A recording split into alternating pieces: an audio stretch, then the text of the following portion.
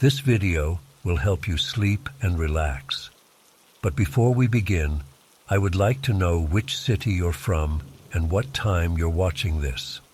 Now, subscribe to the channel, relax, and let's begin. I've been debating whether to share this for weeks now. Part of me wants to forget it ever happened, but I can't sleep properly anymore, and writing it down might help. Maybe someone out there has experienced something similar and can tell me I'm not losing my mind. This happened about 3 weeks ago in my apartment at Westwood Heights. I've lived here for almost 2 years. It's your typical suburban complex, nothing special but decent enough for a single woman in her late 20s. My unit is on the 3rd floor, facing the parking lot. I always felt safe here. That night, I went to bed around 11 p.m. after binging some true crime show. Yeah, ironic, I know. I remember checking that my door was locked, like I always do. I'm not usually paranoid, but living alone makes you develop these little safety habits. I fell asleep quickly, but woke up suddenly around 3:17 a.m. I remember the time so clearly, because I immediately checked my phone when the first weird thing happened. My bedroom light was flickering. I hadn't even turned it on when I went to bed. At first, I thought it might be an electrical issue. The building is only about 15 years old, but we've had minor problems before. The flickering wasn't constant. It would go steady for a few seconds, then sputter like a dying bulb. Then my bedside lamp started doing the same thing, even though it wasn't turned on either. I sat up, completely disoriented. That weird feeling washed over me. You know, the one where you're not sure if you're actually awake or still dreaming? The air felt heavy, almost like the pressure had changed. My ears even popped slightly. The flickering spread to the bathroom light, which I could see through my partially open door. Something about the way the lights were behaving felt wrong. It wasn't like normal electrical issues. The flickers had an almost deliberate pattern, like someone was playing with the switch, but more subtle. I got out of bed, my heart already racing. "Hello," I called out, immediately regretting it. Why do we always do that in scary situations, like some intruder is going to politely respond? No answer, obviously, just the continued erratic flickering. I grabbed my phone, ready to call maintenance, when I heard a soft thud from the hallway outside my bedroom. My apartment isn't big, just a bedroom, bathroom, and an open-concept living room kitchen with a small hallway connecting everything. The sound definitely came from that hallway. I stood frozen next to my bed for what felt like minutes, but was probably only seconds. The lights continued their strange dance, and in those brief moments of illumination, I caught glimpses of my bedroom door, the shadows behind it shifting in ways that didn't make sense with the flickering. "Is someone there?" I called again, my voice barely above a whisper. Then I saw it. As the light flickered on for a second longer than usual, a figure stood in my hallway. Not fully in view, just partially visible through the doorway. Tall, maybe 6 feet or more, but hunched slightly. I couldn't make out any features, just a dark silhouette against my beige hallway wall. I froze completely. My breath caught in my throat, and my body went ice cold. The figure didn't move. It just stood there, half hidden by my door frame. I couldn't even tell if it was facing me or not. The light flickered off again, and when it came back on a second later, the figure was gone. I stood there paralyzed, unable to process what I'd just seen. My mind raced through possibilities. Was it a shadow from outside? A trick of the light? But I knew deep down it wasn't. It had been too solid, too present. I needed to get out of there, but that meant walking through that hallway. I grabbed the pepper spray I keep in my nightstand and my phone. With shaking hands, I turned on my phone's flashlight and pointed it toward the doorway. The hallway was empty. I inched forward, pepper spray held out in front of me like some pathetic shield. The flickering continued, making the shadows jump and dance across the walls. Every few steps I'd stop and listen. The apartment was eerily quiet. I couldn't even hear the usual hum of the refrigerator. When I reached the hallway, I quickly checked behind me, half expecting something to be there. Nothing. I moved toward the living room, my phone light cutting through the darkness between the flickers of the overhead lights. The living room was empty too, kitchen clear, front door still locked with the chain in place, windows closed. But something felt off about the space, like the furniture had been shifted slightly, or like someone had been standing in different spots, leaving some kind of energy behind. I know that sounds crazy, but that's exactly how it felt. I checked every possible hiding place, behind the shower curtain, inside closets, under the bed. Nothing. No sign of forced entry. No explanation for what I'd seen. By this point, I was shaking uncontrollably. I went back to the living room and sat on the couch facing the front door. The lights were still flickering, and I kept seeing movements in my peripheral vision that disappeared when I turned to look. That's when I decided to call 911. My hands were trembling so badly, I had to try 3 times to unlock my phone. The operator answered, and I tried to explain what was happening without sounding completely insane. 911, what's your emergency? I think someone's in my apartment, I whispered, afraid of being overheard. Or was in my apartment. I saw someone in the hallway, but now I can't find them. All my lights are flickering, and I live alone. She asked for my address and told me to get somewhere safe if possible, while officers were dispatched. I told her all the doors and windows were locked from the inside, which seemed to confuse her as much as it confused me. Stay on the line with me, she said. Officers are about 5 minutes away. Those 5 minutes were the longest of my life.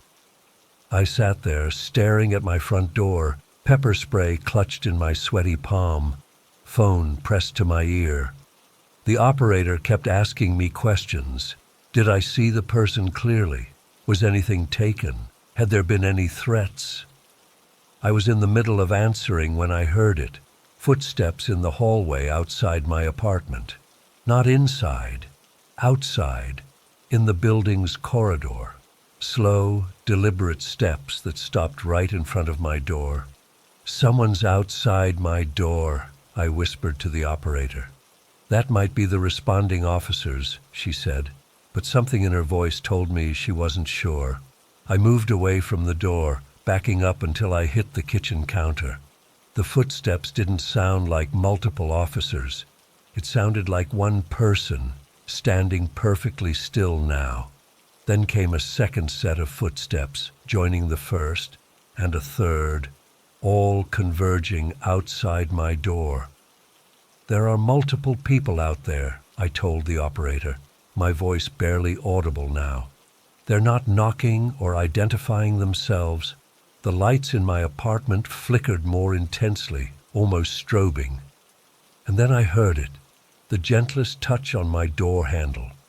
Not a knock, not someone trying to break in, just a soft, testing touch, like someone checking if it was locked. I was fully panicking now.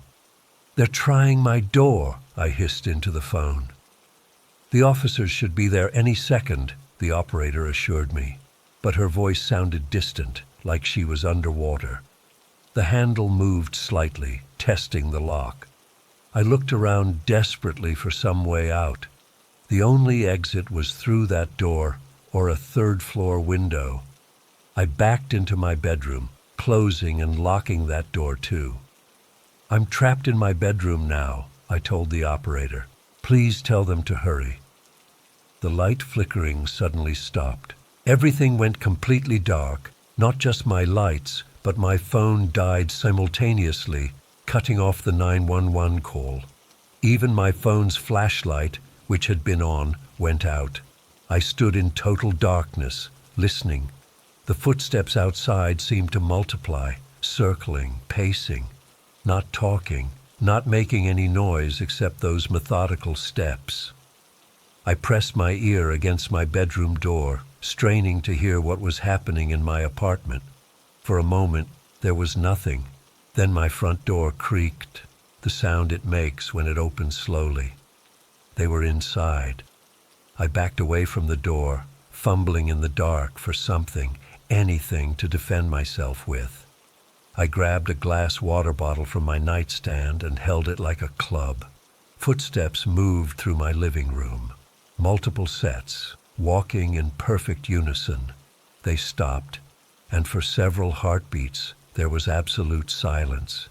Then came 3 loud, deliberate knocks on my bedroom door. I bit down on my hand to keep from screaming. Whoever, whatever, was out there knew exactly where I was. The knocking came again, more insistent this time. I pressed myself against the wall beside my bed, as far from the door as possible. Sophia. A voice said my name from the other side of the door. It wasn't a question. The voice was wrong somehow, like multiple voices layered together, some too high, some too low, none of them natural. I didn't answer. Sophia Reynolds. The voice said my full name now. I still didn't respond, tears streaming silently down my face. The door handle turned slowly, testing the lock just as the front door handle had been tested. Finding it locked, the movement stopped. For several long moments, nothing happened. I could feel them waiting on the other side. I could almost sense them discussing something, though I heard no words. Then, without warning, all the lights in my apartment blazed on at once, brighter than they should be capable of, painfully bright, filtering through the cracks around my bedroom door like laser beams. I covered my eyes, momentarily blinded. When I could see again, I noticed something horrifying. Shadows moving under my door. Not the shadows of feet, but something flowing, like dark water seeping into my room. The shadows stopped just inside my room, forming a perfect line, as if held back by some invisible barrier.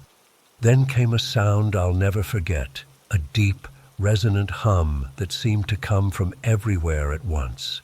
It started low, almost subliminal, then grew in intensity until my teeth ached and my vision blurred. The door handle rattled violently, and the door itself began to shake in its frame.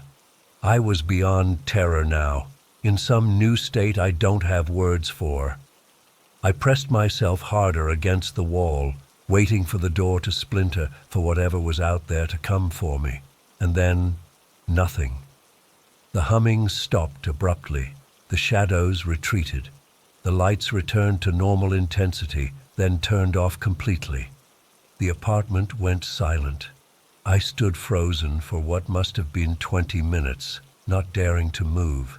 Eventually, I heard voices in the hallway outside my apartment. Normal voices, human voices, knocking on my front door. "Police! Is anyone inside?" I stumbled to my bedroom door, unlocked it with trembling hands, and rushed to the front door. I looked through the peephole and saw 2 uniformed officers standing there. I opened the door, chains still attached, peering through the crack. I called 911, I managed to say. They looked normal. They sounded normal. They showed me their badges. I closed the door, removed the chain, and let them in. They did a thorough search of my apartment and the surrounding area. Found nothing. No signs of forced entry. No evidence anyone had been there besides me. My phone suddenly turned back on in my hand, showing the disconnected 911 call and a battery at 90%, impossible for a phone that had just died completely. The officers were kind, but clearly skeptical.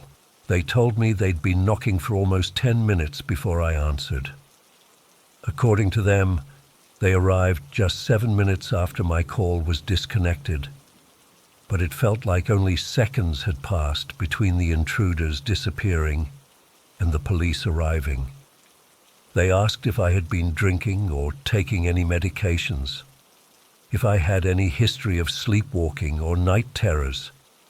They suggested I might have been experiencing a hypnagogic hallucination, that weird state between sleeping and waking, where the brain can project dream images into reality. But I know what I saw, I know what I heard, and I know one thing they couldn't explain. When they checked the building's security cameras in the hallway outside my apartment, there was a gap in the footage. Between 3:15 a.m. and 3:47 a.m., the cameras showed nothing but static. I stayed with a friend for 2 weeks after that night.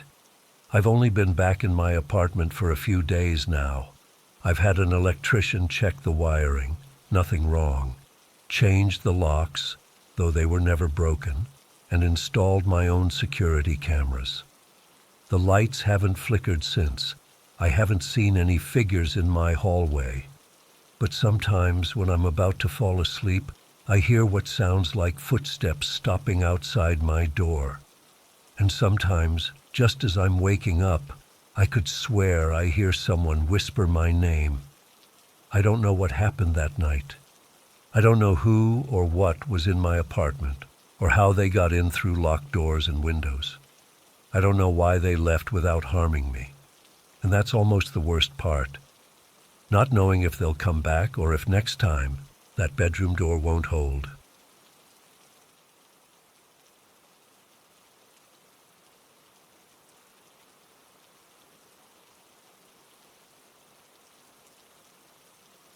I never believed in the paranormal. Growing up, I rolled my eyes at ghost stories and thought people who claimed to see things were either attention-seeking or needed medication. That changed last month when I moved with my 8-year-old daughter Lily to a rural farmhouse in Willow Creek. The move was supposed to be a fresh start for us after my divorce. The property seemed perfect, affordable, spacious, and far from the painful memories of our old life.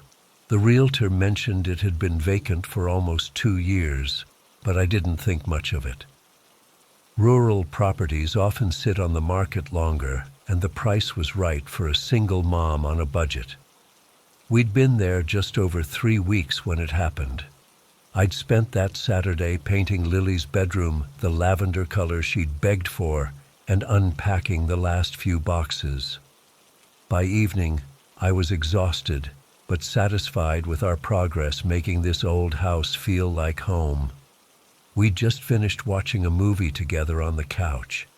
It was around 11:30, way past Lily's bedtime, but I'd made an exception since it was the weekend. She was half asleep against my shoulder when I first heard it. At first, I thought it was just the house settling. These old farmhouses make all kinds of noises. But then it came again, more distinct this time. A scratching sound like nails dragging across wood coming from somewhere above us. "Mom, what's that noise?" Lily mumbled, instantly more alert. "Probably just raccoons or squirrels that found their way into the attic," I said, trying to sound casual. But something about the rhythm of the scratching didn't feel right. Animals make random scurrying sounds. This was deliberate, slow, methodical. We sat frozen, listening as the scratching continued for another minute before stopping abruptly. The silence that followed was somehow worse. "I'm scared," Lily whispered, gripping my arm. "It's nothing, sweetie. I'll check it out." My voice sounded more confident than I felt. The truth was, I was scared too. The scratching started again, and this time there was no denying it was coming from the attic. I retrieved a flashlight from the kitchen drawer and stared up at the ceiling. The attic access was in the hallway, a small square door in the ceiling with a pull-down ladder I hadn't used since moving in. I'd barely thought about the attic at all. "Can I stay down here?" Lily asked, her blue eyes wide with fear. "No, honey, I want you where I can see you." The truth was, I was too afraid to leave her alone downstairs. What if something came down while I was up there? Just stay right behind me. With Lily clutching the back of my sweatshirt, I pulled the cord that released the attic ladder. It came down with a loud creak that made us both jump. Dust rained down, signaling how long it had been since anyone had ventured up there. I pointed my flashlight into the darkness above. The beam only penetrated a few feet before being swallowed by the blackness. "Do we have to go up there?" Lily whispered. No, we absolutely did not have to go up there. Every horror movie I'd ever seen screamed at me to grab my daughter, get in the car, and drive away. But this wasn't a movie. This was my house, our house, and I needed to know what was making that noise. "It'll be okay. Just stay right with me," I said, testing the first rung of the ladder with my weight. It creaked, but held firm. As we climbed, the scratching stopped again. The silence felt expectant, as if something was waiting for us. The attic air was thick with dust and had a musty, unused smell. I swung my flashlight around, revealing stacks of old boxes left by the previous owners, a few pieces of broken furniture, and cobwebs draped across the rafters. Water stains marked the ceiling in several places. "I don't see anything," I whispered, though I wasn't sure why I was whispering. Lily's fingers dug into my side. "Can we go back down now?" I was about to agree when my flashlight caught something in the far corner that made my stomach drop. There, partially hidden behind a stack of cardboard boxes, was a section of wall that looked different. Unlike the rest of the attic's finished drywall, this section appeared to be made of old brick, and in the center of it was a small hole about the size of a softball. "Stay here," I told Lily, setting her down on a sturdy-looking trunk near the ladder. "Mom, don't—" "Just for a second, baby. I need to check something." I picked my way through the attic clutter, moving toward that strange section of wall. The closer I got, the colder the air felt. When I reached the wall, I realized it wasn't just a random brick section. It looked like the entrance to some kind of passage had been bricked up. The hole in the center revealed darkness beyond. I shined my flashlight through the opening, and what I saw turned my blood to ice. Beyond the hole was a narrow passage with crumbling brick walls and thick cobwebs hanging like curtains. The passage seemed to extend farther than my flashlight could reach, disappearing into darkness. As I stared, paralyzed, a gust of cold air blew through the hole, carrying the unmistakable smell of damp earth and something else, something sour and organic that made my gag reflex kick in. Then I heard it, a sound from deep within the passage, not scratching this time, but a soft shuffling, like something dragging itself across stone. I backed away so quickly I tripped over a box, nearly dropping the flashlight. Fear shot through me like electricity. "Mom!" Lily's voice broke through my panic. "We're leaving, now!" I stumbled back to her, grabbed her hand, and practically dragged her to the ladder. The urgency in my movement scared her more than anything we'd seen. "What was it?" she asked, as we descended the ladder so quickly I thought we might fall. "Nothing. Just a hole in the wall. Probably connects to the chimney or something."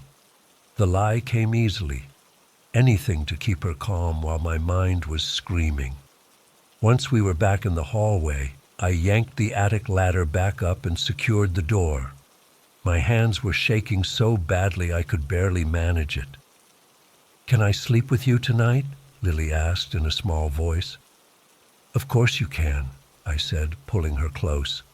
I had no intention of letting her out of my sight. We retreated to my bedroom, and I locked the door behind us. I left the lights on and sat up in bed while Lily curled against me. Every few minutes I'd strain my ears, listening for any sound from above, but the house had gone silent, too silent. Despite my determination to stay awake, Exhaustion eventually won out. I don't remember falling asleep, but I woke with a jolt at 3:42 a.m. according to the glowing numbers on my bedside clock. Something had disturbed me, but I couldn't pinpoint what. Lily was still sleeping soundly next to me. I slid carefully out of bed and stood in the middle of the room, listening. The house was quiet, but there was a subtle difference in the air, a dampness that hadn't been there before, and a faint, earthy smell. My heart rate accelerated as I realized it was the same smell I'd detected in the attic passage. I crept to my bedroom door and pressed my ear against it. Nothing. Slowly, I turned the lock and opened the door just a crack, peering into the hallway. The hallway was empty, but my flashlight, which I'd left on the small table near the attic door, was now on the floor. As my eyes adjusted to the darkness, I noticed something that made my skin crawl. The attic door was open. Just slightly, but definitely open. I wanted to close my bedroom door, lock it, and pretend I hadn't seen anything. But I couldn't shake the feeling that whatever had been in that passage was now in my house. With trembling hands, I reached for the baseball bat I'd propped in the corner. I'd brought it for home protection when we moved to such a remote location, never imagining I'd need it like this. I slipped into the hallway, closing my bedroom door behind me to keep Lily safely inside. The hardwood floor felt unusually cold beneath my bare feet as I moved toward the attic door. When I reached it, I used the end of the bat to push it fully closed, engaging the latch. That's when I noticed them. Muddy footprints on the floor. They led from directly beneath the attic door, down the hallway, and toward the back of the house. These weren't human footprints, at least not entirely. They were elongated and misshapen, with what looked like claw marks at the ends, and they were still wet. I followed them, bat raised, heart hammering against my ribs. They led through the kitchen to the back door, which was now slightly ajar, letting in the cool night air. Whatever had been in my attic had found its way out. I slammed the door shut and locked it, then ran through the house checking every window and door. All were secure except for that back door. Then I returned to my bedroom, locked us in, and pushed a dresser against the door for good measure. I didn't sleep again that night. I sat in bed beside Lily, bat in hand, jumping at every creak and groan of the old house. When daylight finally came, it brought little relief. In the morning light, the muddy footprints were still there, now dried to a crusty brown. They were real. This wasn't a nightmare or my imagination. I woke Lily and tried to act normal as I got her breakfast, but my mind was racing. We couldn't stay here.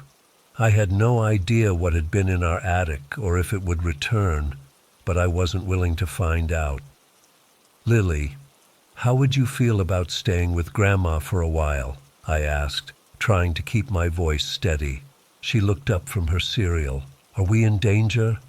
Kids are perceptive. She knew something was wrong. No, sweetie, I couldn't lie to her. I think we need to have someone look at our house. There might be some problems with it. Because of what was in the attic? I nodded, not trusting my voice. Is it coming back? I don't know, I admitted, but I don't want to be here if it does. I called the police while Lily got dressed. The officer who came seemed skeptical until I showed him the footprints and the hole in the attic wall. His face changed then, and he radioed for backup.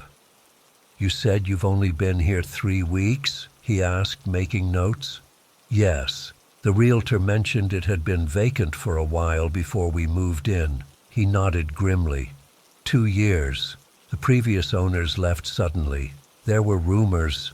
What rumors? I demanded when he trailed off. Just local talk. Nothing official. But he wouldn't meet my eyes. You should stay somewhere else for now.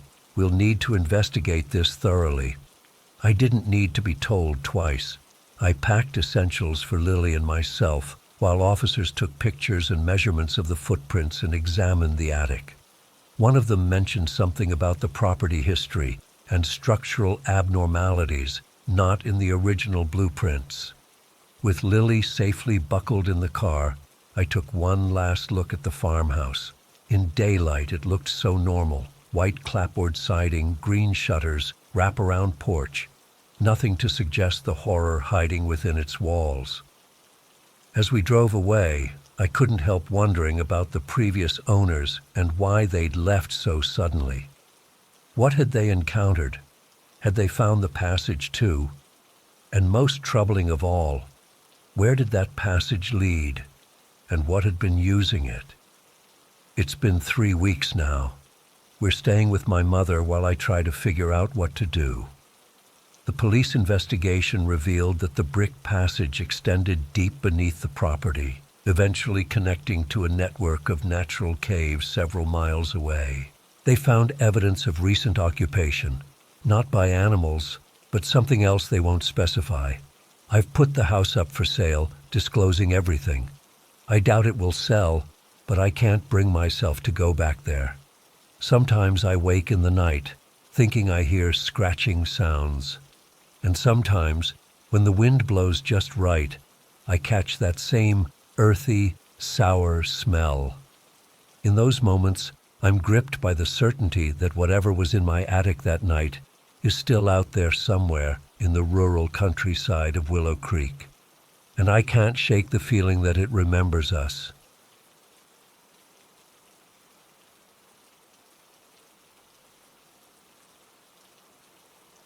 I still can't sleep with my bedroom door open. It's been 6 months since it happened, and I jump at every sound in the hallway outside my apartment. I've moved twice now, but I still check the peephole 3 times before opening my door to anyone, even when I'm expecting someone. I graduated from Meridian Falls University last May with my degree in marketing. After 4 years of dorm life and sharing houses with 5 other girls, I was beyond excited to finally have my own place. Just me. No roommates.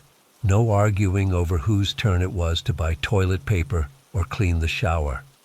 I found this cute 1-bedroom apartment in what everyone told me was a good area of Meridian Falls.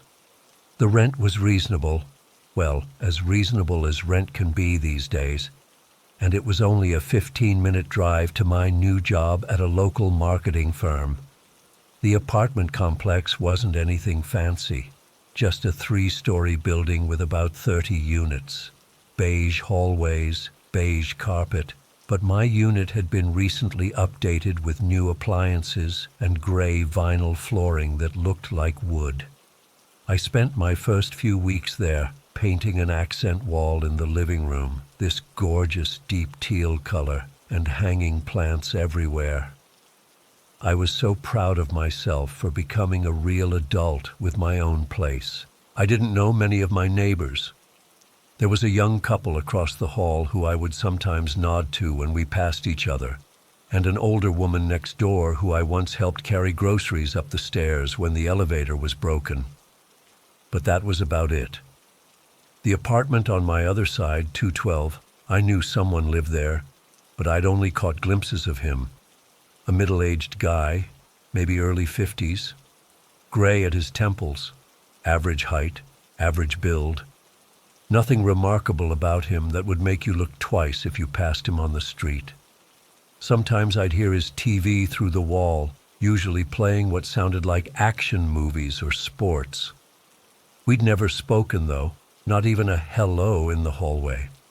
I wish it had stayed that way. It was a Thursday night in late November.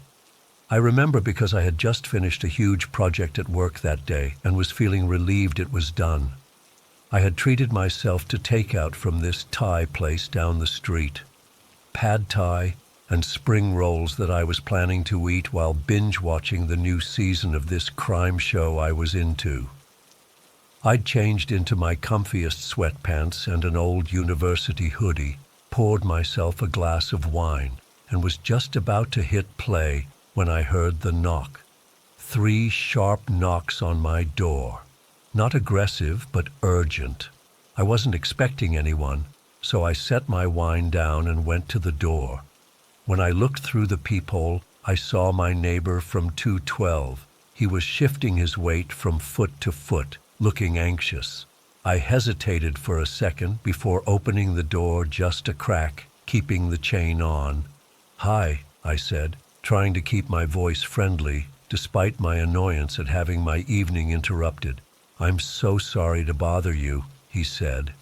His voice was slightly breathless, like he'd been running. "There's an emergency in my apartment. I need some help right away." "What kind of emergency?" I asked, still keeping the door mostly closed. "Do you need me to call someone?"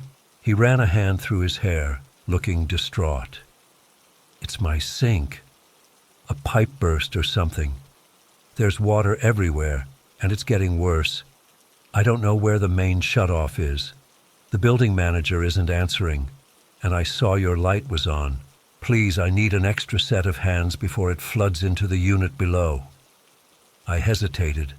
Water damage could be serious, and if it was really as bad as he was describing, his downstairs neighbors could have a ceiling collapse. I dealt with a burst pipe in my parents' house once during college, so I kind of knew what to do. "Let me grab my phone and I'll come take a look," I said, feeling a rush of neighborly goodwill. He smiled with what looked like relief. "Thank you so much.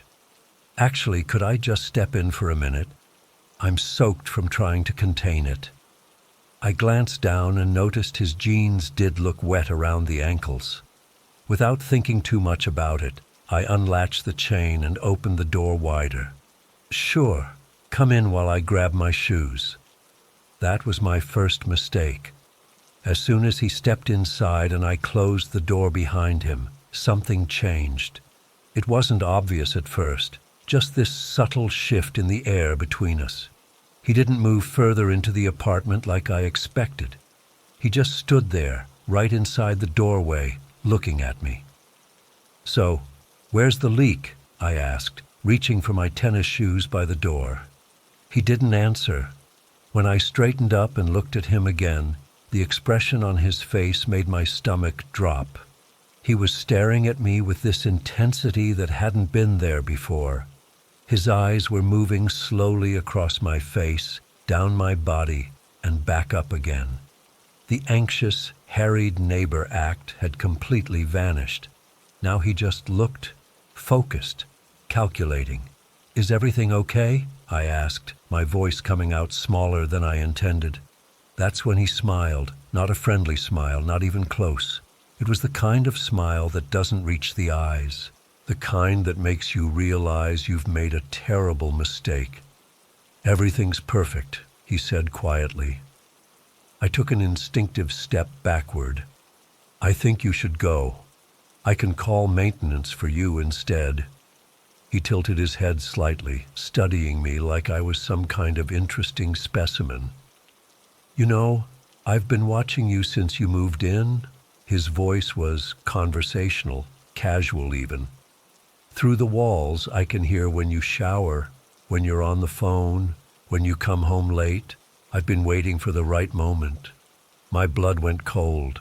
My apartment suddenly felt tiny, like the walls were closing in. I was acutely aware of how alone we were, how no one knew he was here, how no one would hear if I screamed, "You need to leave, now." I tried to sound firm, but my voice shook. That's when he lunged at me. It wasn't graceful or athletic like in movies. It was clumsy and desperate, but terrifyingly fast. His hands reached for my throat, and I stumbled backward into my coffee table, knocking over my wine glass. Red liquid spilled across the surface and dripped onto my new gray rug, but I barely registered it. All I could focus on was keeping distance between us. I scrambled around the couch as he pursued me. The look in his eyes had changed from calculated to frenzied. Whatever plan he'd had seemed to be unraveling, and that made him more dangerous, not less. "Stop! Get out!" I screamed, hoping desperately that someone would hear me through the walls, but I knew they probably wouldn't. These apartments had surprisingly good soundproofing, something I'd been grateful for when my neighbors were being loud, but now it felt like a death sentence. He didn't say anything as he came after me, not a word, just this heavy breathing that seemed to fill the entire apartment. I kept moving, trying to keep furniture between us, but my apartment wasn't that big. There weren't many places to go. I made a split-second decision to try for the kitchen. There were knives there, something to defend myself with. But as I darted toward the kitchen doorway, he anticipated my move and cut me off. His hand caught my hoodie, yanking me backward so hard I heard the fabric tear. I lost my balance and fell against the wall, knocking down a framed photo that shattered on impact. Before I could regain my footing, he was on me. His hand gripped my upper arm with bruising force, and I could smell his breath. Coffee and something else, something sour with fear or excitement. "No one can hear you," he said, his face inches from mine. I made sure of that. I don't know where the strength came from. Adrenaline, I guess, or pure survival instinct. But as he started to drag me toward my bedroom, something inside me just snapped. I wasn't going to let this happen. I wasn't going to be another story on the news, another victim. I twisted violently in his grip and kicked out as hard as I could, my foot connecting with his knee. There was a sickening crunch, and he howled, his grip loosening just enough for me to wrench my arm free. I didn't waste the opportunity. I bolted for the door, fumbling with the lock with trembling fingers. I could hear him recovering behind me, cursing and shuffling in my direction. The deadbolt finally clicked, and I yanked the door open, practically falling into the hallway. But I didn't stop. I ran like I've never run before, not even looking back to see if he was following me. Down the hallway, past the elevator, too slow, too vulnerable, and straight for the stairs. I took them two at a time, nearly twisting my ankle on the landing but catching myself on the railing. My lungs burned, and my vision narrowed to a tunnel as I burst through the lobby doors and out into the street. The cold November air hit my face like a slap, but I kept running until I reached the corner where the convenience store was still open, its fluorescent lights blazing in the darkness. I collapsed against the store's brick wall, gasping for breath, my legs finally giving out. The teenage clerk came outside, asking if I was okay, probably thinking I was drunk or high. I couldn't even form words at first, just pointed back toward my apartment building and shook my head. When I finally managed to speak, I told him to call 911. The police came quickly. They took my statement, photographed the bruises already forming on my arm, and went to apartment 212.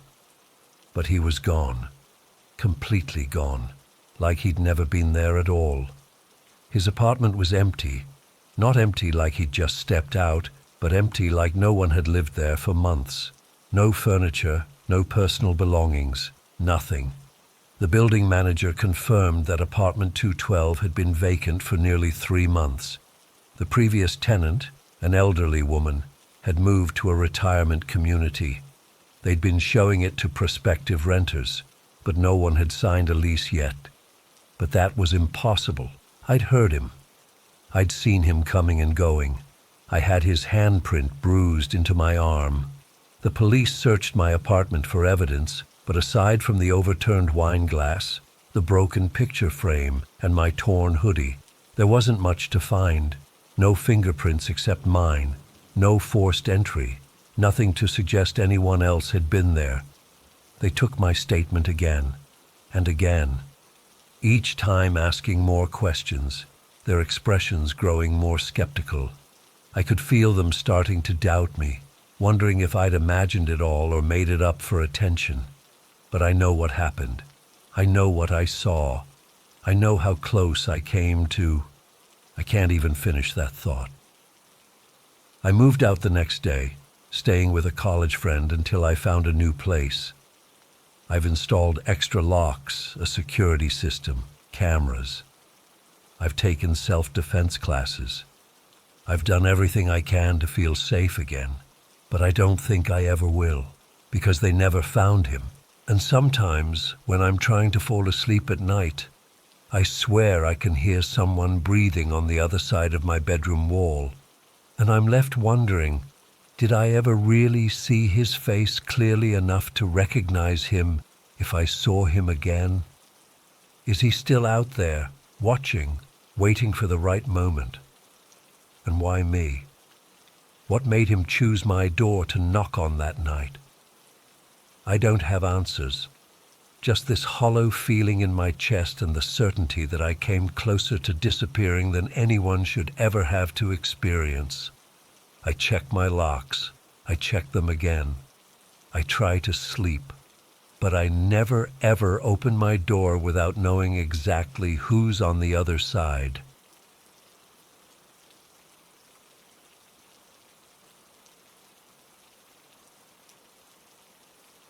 I've been sitting here for an hour now, staring at this blank screen, trying to figure out where to even start. My hands are trembling so much I keep having to delete typos. I need to tell someone about this. I need to get it out of my head before I completely lose my mind. 2 months ago, my husband Mark and I moved into our first house together in Lakeview Gardens. It's one of those cookie-cutter suburban neighborhoods where all the houses look pretty similar, but we fell in love with it anyway. It had a cute little garden, 3 bedrooms, we were hoping to fill them eventually, and friendly neighbors who brought us cookies when we moved in. A perfect start to our married life. Mark proposed to me after 5 years together, and we had a small wedding last month with just close friends and family. Nothing fancy, but it was perfect for us. Mark is in pharmaceutical sales, which means he travels a lot. I knew that when I married him. I work from home as a graphic designer, so I'm used to being alone during the day, or at least I thought I was. The day after our wedding, Mark had to leave for a business trip to Chicago. He felt terrible about it, but the trip had been planned for months, and his boss wouldn't let him reschedule. Just bad timing, he said. He promised he'd make it up to me when he got back. I told him it was fine, that we had our whole lives ahead of us. The first few days alone in the house were actually kind of nice. I set up my home office in the spare bedroom, worked on my projects, and spent my evenings binging shows Mark wouldn't watch with me. Normal stuff. Then I got the first photograph. It came in a plain white envelope with no return address, just my name and our address written in neat block letters. I thought it might be a late wedding card or something. Inside was a 4x6 photo of me making breakfast in our kitchen, standing at the stove in my pajamas, flipping pancakes. It was taken that morning. I could tell because I was wearing the oversized t-shirt I'd slept in. My first thought was that Mark had hired someone to check in on me or something weird like that. But that made no sense.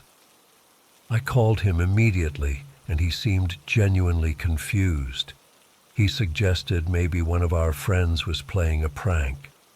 I tried to laugh it off, but something about it made my skin crawl. The angle was from our back door, looking in through the glass. Someone had been in our yard, watching me. I double-checked all the locks that night and had trouble sleeping. 2 days later, another envelope arrived. This time, the photo showed me sitting on our couch, watching TV. I recognized my position, the blanket I had wrapped around me, even the show on the screen. It had been taken through our living room window the night before. The blinds had been partially open. I called the police. The officer who came seemed concerned, but not alarmed. He looked around outside, checked for footprints or signs of someone lurking. but found nothing. He suggested I keep all doors and windows locked, consider getting security cameras, and call again if I received more photos. He said there wasn't much they could do without evidence of an actual threat. I called Mark again, and this time he was worried. He offered to come home early, but his meeting was the next day, and he'd be back right after. I told him I'd be fine for one more night. I didn't want to overreact. That night I closed every blind, checked every lock 3 times, and slept with a kitchen knife next to my bed. I barely slept. The 3rd photo arrived the next morning. This was different. It showed me in the bathroom, brushing my teeth. The angle was from the hallway, looking in through the open bathroom door. Someone had been inside our house. I completely freaked out. I ran through the entire house, checking every closet, under every bed, behind every door. I found nothing out of place, no sign that anyone had broken in. All the doors and windows were still locked from the inside. I called the police again, my voice shaking so badly the dispatcher had to ask me to repeat myself several times. 2 officers came this time. They did a thorough search of the house and confirmed there was no sign of forced entry. They asked if I had given anyone a key, if any workers had been in the house recently, if I might have forgotten to lock a door or window. The answer was no to everything. They took the photos as evidence and promised to increase patrols in the area, but I could tell they were skeptical. One of them suggested I might want to stay with a friend until my husband returned. I called my friend Emma, who offered to come get me immediately. But as I was packing a bag, something stopped me. What if the person watching me followed me to Emma's? What if I was putting her in danger too? I called her back and made an excuse about waiting for Mark. The truth was, I was terrified of leaving the house. At least here, I knew the layout.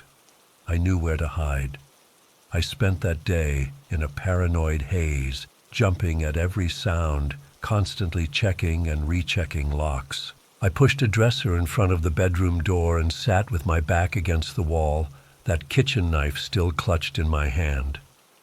I couldn't work, couldn't eat, couldn't think straight. Mark was due back the next day. I just had to make it through one more night. I told myself I was being ridiculous, that I was letting my imagination run wild.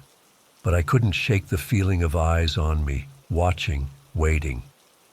I must have dozed off eventually because I woke up with a start around 3 a.m. Something had pulled me from sleep, a noise maybe, or just that feeling you get when you're not alone.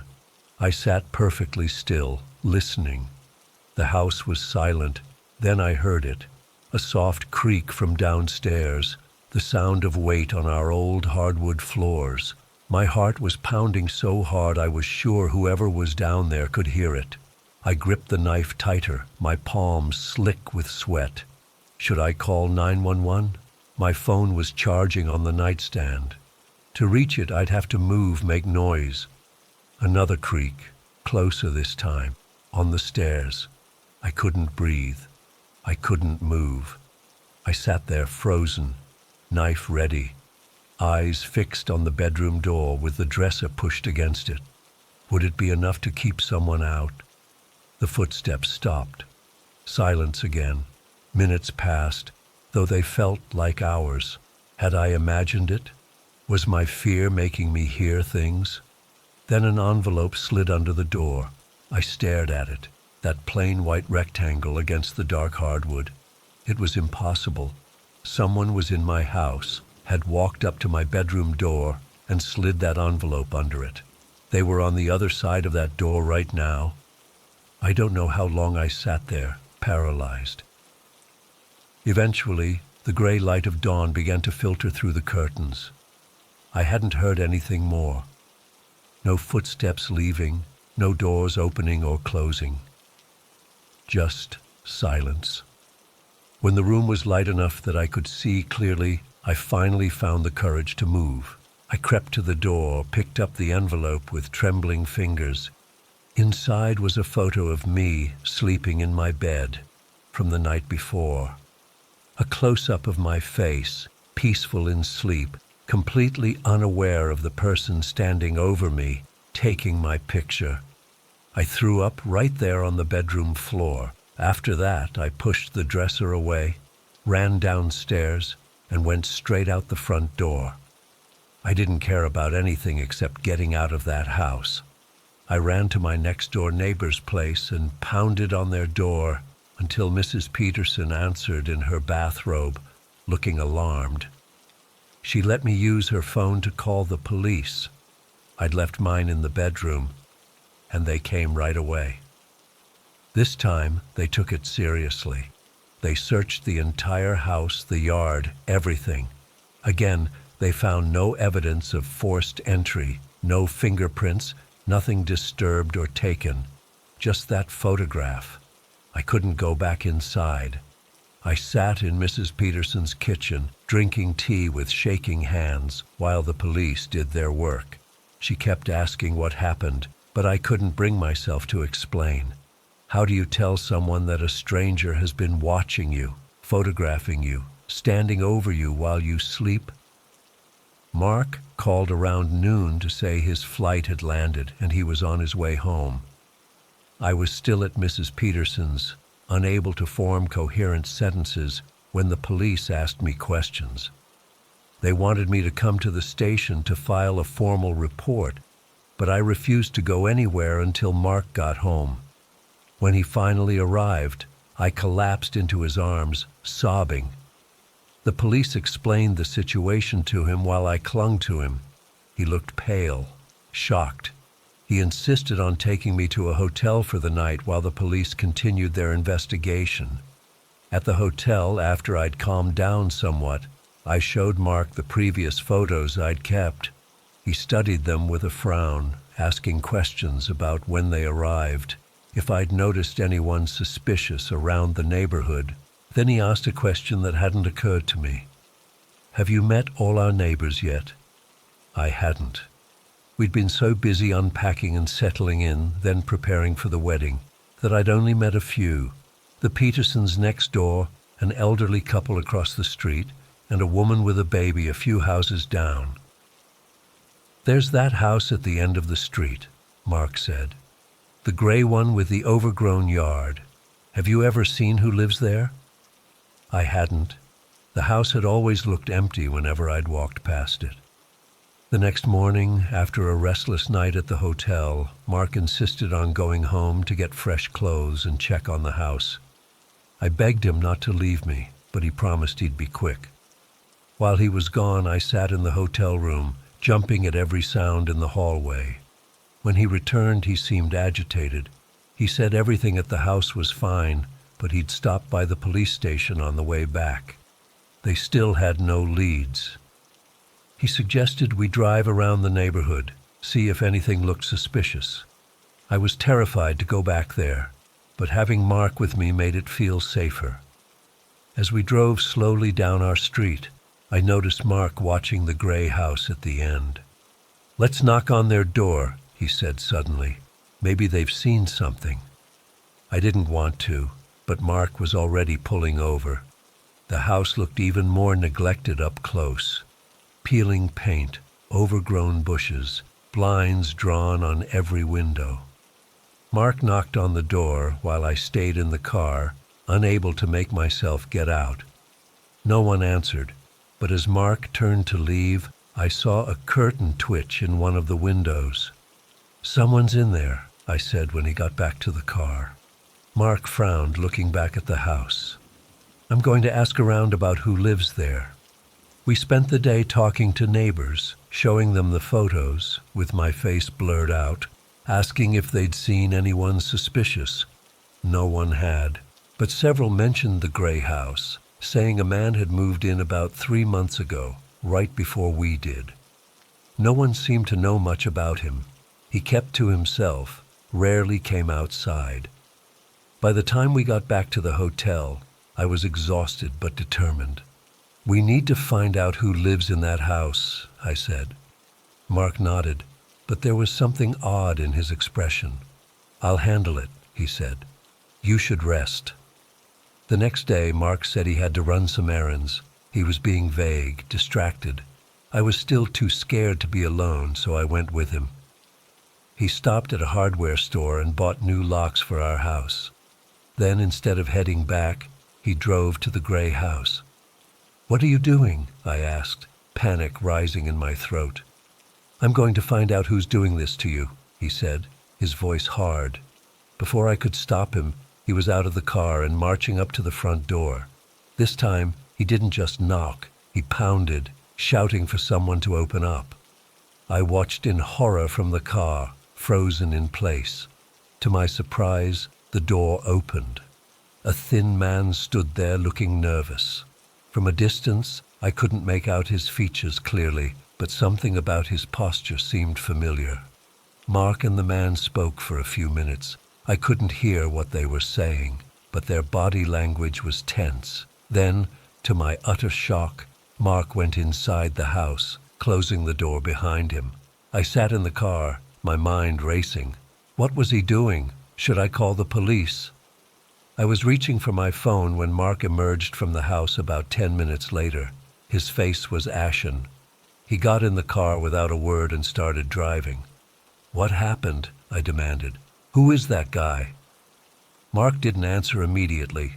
He drove a few blocks, then pulled over and turned off the engine. He sat there, staring straight ahead, his knuckles white on the steering wheel. "Mark, you're scaring me. What's going on?" When he finally looked at me, there were tears in his eyes. "I'm so sorry, Sarah," he whispered. "Sorry for what?" My voice was barely audible, fear constricting my throat. "It was me," he said. "I took the pictures." I couldn't process his words at first. They made no sense. "What are you talking about? You were in Chicago." He shook his head slowly. "I never went to Chicago. I've been staying in that house at the end of the street." The world seemed to tilt around me. "But your business trip, the phone calls." "There was no business trip. I called you from that house." His voice was flat, emotionless, like he was reading from a script. "I've been watching you since we moved in, taking pictures of you. I wanted to see what you did when I wasn't there. I needed to know. I felt like I was going to be sick. Know what? If you were different when I wasn't around, if you were real." He rubbed his face with his hands. "I know it doesn't make sense. I don't understand it myself. It's like there's something broken in me, Sarah. Ever since we got married, I've had these thoughts, these doubts. I couldn't stop them. I was shaking uncontrollably now. You broke into our house. You stood over me while I slept. You terrorized me." He nodded, tears streaming down his face. "I need help, Sarah. I know that now. When I saw how scared you were, what I'd done to you, I never meant to hurt you. I love you." Those words, "I love you," coming from this stranger who had been stalking me, who had made me feel unsafe in my own home, who had violated my privacy and my trust in the most fundamental way. They made me physically ill. "Take me to the police station," I said, my voice surprisingly steady. He didn't argue. He drove me there in silence. I told the officers everything. They arrested Mark on the spot. They found all the original photos in the gray house, along with equipment he'd used to get into our house without leaving traces. He'd made copies of all our keys before we'd even moved in. That was yesterday. Today, I'm staying with Emma, trying to figure out what happens next. The police say Mark is cooperating. He's told them everything. Apparently, he's had mental health issues for years, but hid them from me. The stress of the wedding, of commitment, had triggered some kind of break. I don't know if I'll ever feel safe again. I keep checking over my shoulder, expecting to see someone watching me. I jump at every sound. I can't close my eyes without seeing that photo of me sleeping, unaware of the danger right next to me. The worst part? It was the person I trusted most in the world, the person who was supposed to protect me, not terrify me, my husband. And now I'm left wondering, did I ever really know him at all?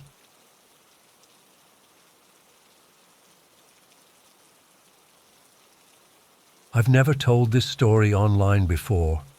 I've barely told it to anyone, really.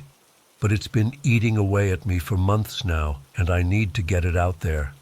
I need someone else to hear what happened that night at Blackwater Lake, because I still can't make sense of it. I moved to my cottage at Blackwater Lake about 2 years ago. After my divorce, I needed space to breathe, somewhere quiet to rebuild my life. The cottage had belonged to my grandparents, and when I inherited it, it seemed like the perfect escape. It's pretty isolated. The nearest neighbor is about a mile away, and the closest town is a 25-minute drive. Cell service is spotty at best. I loved that isolation at first. Now I'm not so sure. That night in November started like any other. I was curled up on my couch reading a book while the rain pounded against the windows. The weather report had warned about a severe storm, and they weren't kidding. The wind howled through the trees, making that eerie whistling sound that always reminds me I'm alone out here. The lake, normally so peaceful, was churning up waves that crashed against the shore. Around 11:30 p.m., my phone rang. I remember jumping at the sound. Hardly anyone calls that late, especially not on my landline. The cottage is old enough that cell reception is basically non-existent during storms, so I keep the landline for emergencies. When I answered, there was this weird static, like someone was calling from somewhere with terrible reception. "Hello?" I said, and for a second, nothing. Then I heard it. A woman's voice, barely audible through the crackling. She sounded terrified. "Please, help me," she gasped. "I'm by the lake. I'm in danger. Please." The static got worse, and I pressed the phone harder against my ear, trying to hear her. "Where exactly are you?" I asked. "What's happening?" "I can see your lights," she said, her voice breaking. "Please, he's coming. I don't have much time." Then the line went dead. I stood there in my living room, phone still in hand, heart racing. I looked out my window toward the lake, but the rain was coming down in sheets. I couldn't see more than a few feet past my porch. The rational part of my brain said to call 911, but out here, emergency services take at least 30 minutes to arrive in good weather. In this storm, it could be hours. I was trying to decide what to do when I heard it. 3 loud knocks on my front door. My blood went cold. Had she made it to my cottage? I grabbed the baseball bat I keep by the door. Living alone in the woods, you learn to be cautious, and approached slowly. Through the peephole, I could only see darkness and rain. "Hello?" I called out. "Is someone there?" No answer, just the howling wind. I don't know what possessed me to open that door. Maybe it was the desperation in that woman's voice. Maybe it was knowing what it feels like to be alone and afraid. Whatever the reason, I unlocked the door and pulled it open, bat ready in my hand. There was no one there, just the rain and darkness. The porch light illuminated empty wooden boards, water pooling in the cracks. I stepped out, the freezing rain immediately soaking through my sweater. I looked around, calling out, but saw nothing. I was about to go back inside when I heard it, a faint cry coming from the direction of the lake. It was barely audible over the storm, but it was definitely there. A woman's voice calling for help. I ran back inside, grabbed my rain jacket, flashlight, and the bat.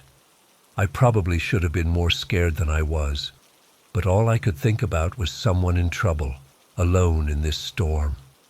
The path to the lake is only about 200 feet from my cottage, but that night it felt like a mile. The rain was coming down so hard that my flashlight beam could barely cut through it. The ground had turned to mud that sucked at my boots with every step. Branches whipped across my face, torn loose by the wind. "Hello?" I kept calling. "Where are you? I'm here to help." As I got closer to the lake, the wind picked up even more. My flashlight beam danced across the angry water, the surface broken by raindrops and waves. I scanned the shoreline, looking for any sign of movement, any hint of a person. "Hello!" I shouted again, my voice swallowed by the storm. That's when the cries stopped. Just stopped. One moment I could hear them, distant but distinct, and the next, nothing but the rain and wind. I stood there at the edge of the lake, drenched and confused, for what felt like hours, but was probably only minutes. I called out again and again, waded a bit into the freezing water, searched the shoreline in both directions. Nothing. No sign anyone had been there. No footprints, though the rain would have washed them away. No belongings, no disturbed vegetation beyond what the storm had already done. Eventually, I had to go back to the cottage. I was soaked to the bone, shivering uncontrollably. The whole way back, I felt like I was being watched. I kept turning around, pointing my flashlight into the darkness, but there was never anything there. Once inside, I locked the door, checked all the windows, and called 911. I told them about the phone call and what I'd heard by the lake. They said they'd send someone when the weather cleared, but they warned it might not be until morning. The dispatcher asked if I was safe, if there was any sign someone had tried to break in. There wasn't, and I told her so. I didn't sleep that night. I sat in my living room, bat beside me, jumping at every noise. The storm raged on until dawn, when it finally began to taper off. As the first light broke through the clouds, I must have dozed off for a moment. The knock woke me up. 3 sharp raps on my front door, just like the night before.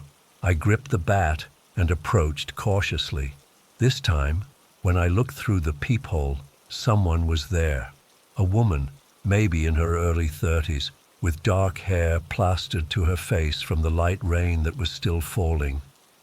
She was pale, wearing what looked like hiking clothes, a flannel shirt, jeans, and boots, all soaked and muddy. "Who is it?" I called through the door. "Please," she said, and my blood went cold. It was the same voice from the phone. "I need help." I should have kept the door closed. Something deep inside me was screaming to keep that barrier between us. But there she was, a real person, clearly in distress. What was I supposed to do? I opened the door, keeping the bat visible, keeping my body positioned to slam it shut if needed. "Who are you?" I asked. "Were you out by the lake last night?" She nodded, her eyes wide and red-rimmed like she'd been crying. "I'm so sorry to bother you," she said. "My name is Emily. I was camping by the lake with my boyfriend when the storm hit. Our tent got destroyed, and we got separated. I saw your lights from across the lake and tried to find my way here." "You called me," I said. It wasn't a question. She nodded again. "I found an old emergency phone box on the trail. I didn't know if it would work, but I had to try. I'm sorry if I scared you." Her story made sense, but something felt off. The way she was looking at me, not quite meeting my eyes. The way she stood, too still, despite being soaked and supposedly having spent a night in the storm. "Where's your boyfriend now?" I asked. "I don't know," she said, and her voice cracked. "We got separated when the tent collapsed. He went to secure the canoe, and I haven't seen him since. I've been walking all night, trying to find help." Against my better judgment, I invited her in. I couldn't leave her standing in the rain, could I? I gave her a towel and some dry clothes, made her some hot tea.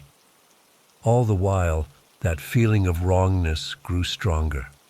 She sat at my kitchen table, hands wrapped around the mug, but I noticed she never took a sip. She told me more about her camping trip, how they'd come up from Portland for the weekend, how they'd heard Blackwater Lake was beautiful this time of year. "Do you have a phone I could use?" she asked. "I need to call David, my boyfriend, see if he made it somewhere safe." I handed her my cell phone, which had finally gotten some reception as the storm cleared. She took it, stared at it for a moment, then handed it back. "The battery's dead," she said. It wasn't. I could see the screen was on, the battery at least half full. But before I could point this out, she stood up abruptly. "Actually, I think I should go check the campsite again. Maybe David went back there." "Wait," I said. "You can't go back out there alone. Let me call the ranger station. They can send someone to help search." "No." The sharpness in her voice made me flinch. "No rangers. David, he's got some legal troubles. Nothing serious, just some unpaid tickets. We can't involve authorities." That's when I noticed something else strange. Despite supposedly having been in the rain all night, her clothes weren't just wet. They looked like they'd been submerged. Like she'd been in the lake, not just caught in the rain. And there was something else. A smell. It wasn't strong, but it was there, like lake water and something else.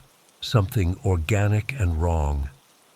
"I think I should go," she said, backing toward the door. "Thank you for your help."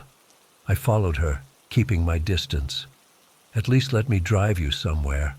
The nearest town is miles away." "That's okay," she said, her hand on the doorknob now. "I know these woods better than you think." That struck me as odd. She'd just told me they were visiting from Portland, that this was their first time at Blackwater Lake. "How did you know my lights were from a house?" I asked suddenly. "You said you saw my lights from across the lake, but this cottage is set back from the shore, behind the trees.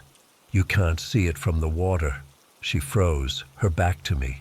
When she turned around, her expression had changed. The fear and vulnerability were gone, replaced by something blank, empty.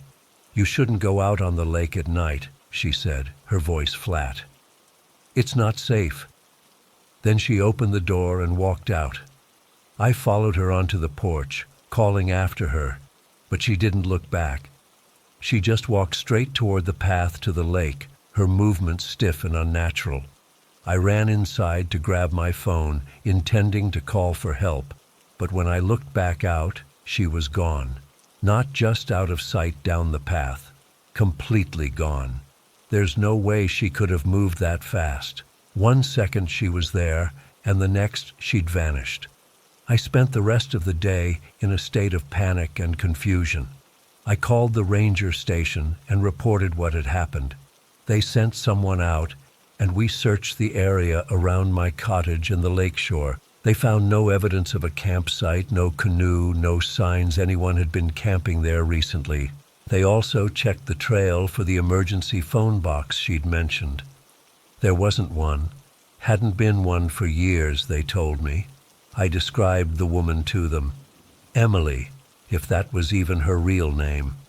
They took notes, promised to look into missing persons reports, but I could tell they thought I was either making it up or had experienced some kind of stress-induced hallucination. Before the ranger left, he looked at me oddly and asked if I knew the history of Blackwater Lake. I didn't, not really. My grandparents had never talked much about it. "There was a drowning here about 5 years ago," he said reluctantly. "A young couple camping by the lake. Their canoe capsized during a storm. The man's body was recovered, but the woman's never was." I felt sick as he told me this. "What was her name?" I asked, though I already knew what he would say. "Emily." Emily Reeves. I've been staying with a friend in town since that day. I can't bring myself to go back to the cottage. Not yet. Maybe not ever. I've researched everything I can find about Emily Reeves and her boyfriend David. They were both 32, both from Portland. They'd come up to Blackwater Lake for a weekend trip in November, 5 years ago. Their canoe was found capsized after a severe storm. David's body was recovered 3 days later. Emily's was never found. The strangest part?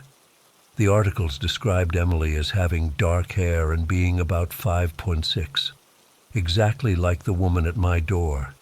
And in the picture that accompanied one of the news stories, she was wearing a flannel shirt, almost identical to the one Emily had on. I don't know what happened that night. I don't know if I really spoke to a ghost or a hallucination or something else entirely. All I know is that I heard a woman's voice on my phone during a storm, followed it to the lake, and the next morning she was at my door. And then she was gone, as suddenly as she had appeared. The rangers did one more sweep of the lake after I told them my story. They didn't find anything, or at least that's what they told me. But one of them called me a few days later, off the record. He said they'd dragged a particular section of the lake based on where I'd heard the cries for help that night. We didn't find a body, he said, but we found something caught in the rocks at the bottom of the lake. A woman's watch. It had stopped at 11:32 p.m., and there was an inscription on the back, "To Emily, love David." I don't have answers. I don't know why she came to me, or what she wanted, or why she disappeared. All I know is that I won't be going back to Blackwater Lake when it's dark, and if my phone rings late at night during a storm, I don't think I'll answer it. I've always considered myself a rational person. I work with facts, technical specifications, and detailed instructions for a living. My mind doesn't wander into supernatural territory, or at least it didn't until last Tuesday. I should probably mention that I've been living in the Crescent Heights district for about 3 years now. It's one of those neighborhoods that used to be sketchy but got gentrified. Old industrial buildings converted into overpriced lofts. My apartment is on the 4th floor of a renovated textile factory. I like it because it's spacious, has good natural light for when I'm not working late, and the brick walls give it character. Plus, it's only a 15-minute walk from downtown, which is perfect since I don't own a car. Anyway, I had this big deadline for work, a user manual for some new enterprise software that needed to be submitted by 9 a.m. Wednesday. My fault for procrastinating, I guess. So there I was at 10 p.m. on Tuesday, still plugging away at my desk in the living room.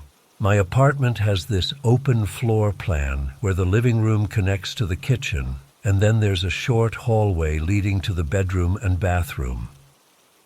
The building was unusually quiet that night. Normally, I can hear my upstairs neighbor's TV or the couple next door arguing about whose turn it is to take out the trash. But there was nothing. Just the clicking of my keyboard and the hum of my laptop fan. It was around 10:30 when I first heard it. Footsteps in the hallway outside my apartment. Not unusual in itself. People come and go all the time. Except these were slow, deliberate, like someone was taking their time, pausing between each step. Step, pause, step, pause. At first I didn't pay much attention. Probably just a neighbor getting home late or something. But after about a minute I realized the footsteps weren't going anywhere. They were just pacing back and forth in front of my door. Now, my apartment is the last one at the end of the hallway. There's literally nowhere else to go past my door unless you're heading to the emergency exit, which has an alarm. So it made no sense for someone to just be hanging out there. I got up from my desk and went to the door. I'm not confrontational by nature, but it was late, and I was already stressed about my deadline. I looked through the peephole but couldn't see anyone. The hallway was empty. That's when I got the first chill down my spine. I waited there for a moment, ear pressed against the door, but heard nothing. Weird, I thought. Maybe they went into another apartment and I just didn't hear the door close. I went back to my desk and tried to focus on work again. About 5 minutes later, the footsteps returned. Only this time, they sounded different. Heavier somehow, more purposeful. Step, pause, step, pause. My heart started beating faster.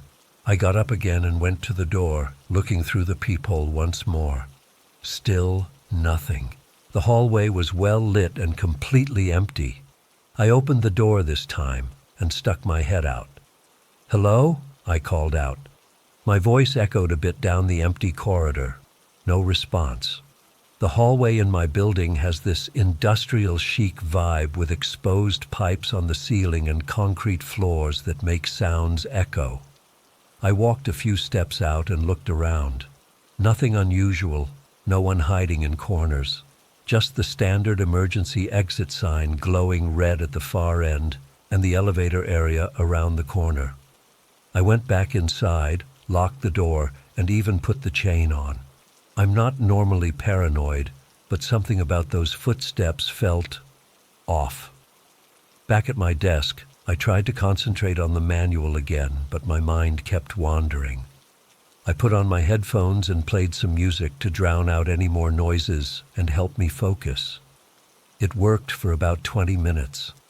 Then I felt it more than heard it, a vibration through the floor.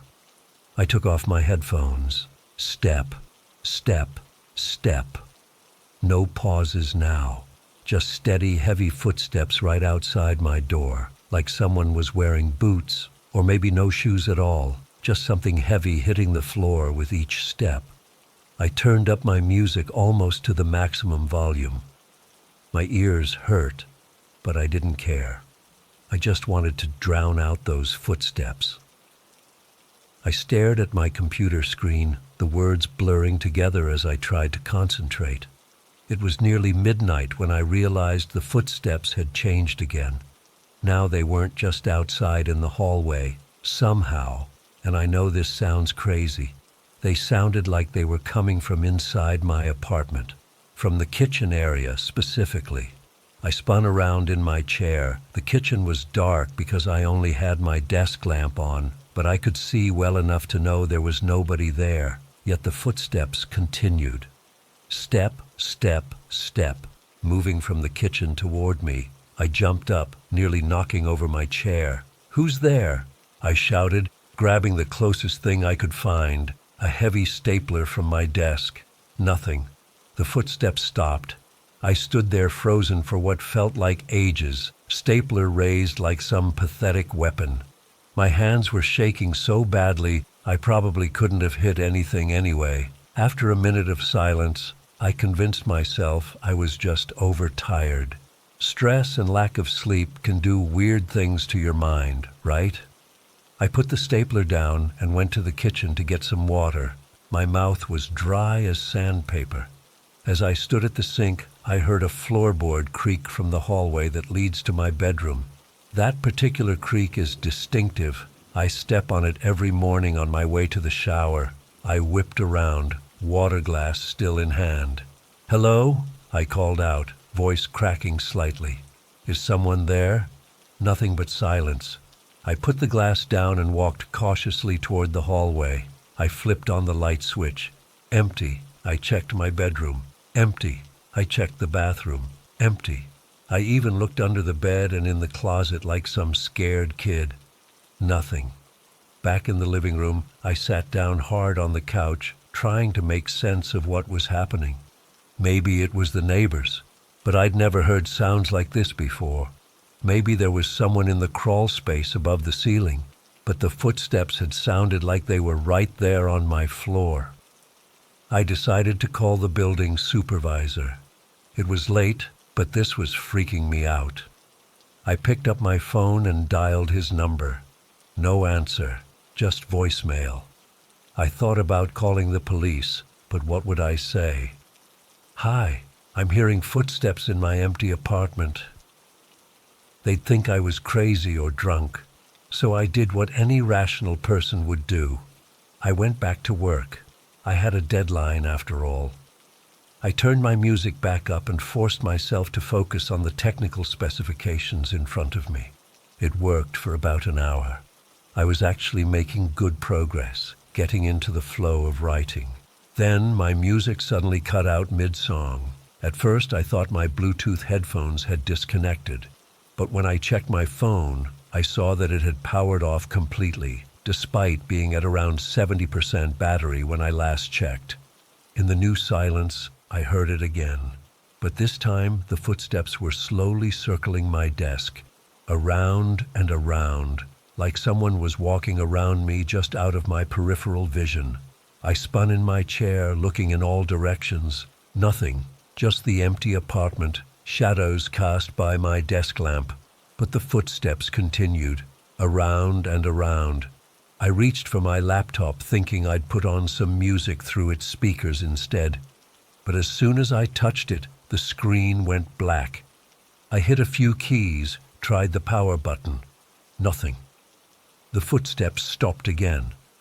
Then I heard them move away, toward the front door. There was a pause, and then they started again, heading back toward me. Only faster this time, like whatever it was had decided to stop playing games. I stood up so quickly I knocked my chair over backward. "What do you want?" I shouted into the empty room. The footsteps stopped abruptly, just a few feet in front of me. Then something impossible happened. I felt a cold breeze pass right through me, like someone had walked through my body. The temperature in the room seemed to drop 10 degrees in an instant. I ran to the front door, fumbling with the chain and lock with trembling hands. I just wanted to get out, to be around other people, to not be alone with whatever this was. But when I swung the door open, there was nobody in the hallway, just that empty, silent corridor. I stepped out anyway, leaving my door open behind me. I needed to clear my head, to escape whatever was happening in my apartment. That's when the footsteps started again, in the hallway this time, coming from the direction of the elevator, moving toward me. Step, step, step, heavy, deliberate steps, but there was nobody there, just the sound getting closer and closer. I backed up against my door, wanting to run back inside, but too terrified to move. The footsteps came closer until they sounded like they were right in front of me. Then they stopped. The air in front of me seemed to shimmer, like heat rising from hot pavement. I felt that cold breeze again, stronger this time, hitting my face like winter wind. I finally managed to move, diving back into my apartment and slamming the door shut. I locked it, put the chain on, and even pushed my entryway table in front of it for good measure. Back at my desk, I tried to calm down. My laptop had turned back on somehow, screen glowing like nothing had happened. My phone was still dead, though. I glanced at the time on my laptop, 2:17 a.m. I still had work to finish, and maybe focusing on that would help me stay sane until morning. For the next few hours, I worked in a state of hyper-awareness, jumping at every little sound. But strangely, the footsteps didn't return. The apartment was completely silent, except for my typing. By 5:30 a.m., I had finished the manual. Outside my windows, the sky was beginning to lighten. I'd made it through the night. I was exhausted but too wired to sleep. I decided to take a quick shower, change my clothes, and head to a cafe for breakfast when they opened. I just needed to be around normal people doing normal things. I was grabbing clean clothes from my bedroom when I heard it again. The footsteps, but not in the hallway outside or in my living room. They were right behind me in the bedroom. I spun around, empty, but the footsteps continued, moving around the foot of my bed, coming toward me. Something inside me snapped. I'd had enough. I ran to the kitchen, grabbed a flashlight from the drawer, don't ask me why, it just seemed like the thing to do, and stormed back to the bedroom. "Show yourself," I yelled, sweeping the flashlight beam around the room, even though it was already getting light outside. "What do you want from me?" The footsteps stopped. Then slowly they started again, moving out of the bedroom, down the hall, toward the front door. I followed, flashlight held out in front of me like some kind of weapon, through the living room, past my desk, to the front door. The footsteps stopped at the door. I hesitated, then moved the table I'd pushed against it and undid the chain and lock. With a deep breath, I pulled the door open. There, in the hallway, was a figure, tall, impossibly thin, with skin that looked like old parchment stretched over bone. Its eyes were just empty, not black or white or any color, just empty spaces that seemed to look through me rather than at me. Our eyes met, if you can call those hollow sockets eyes, for just a second. The flashlight beam passed right through it, illuminating the wall behind. Then it was gone, not like it ran away or faded out, but like it had never been there at all, just gone between one blink and the next. I stood there, flashlight pointed at nothing, for a long time. The hallway was empty and silent.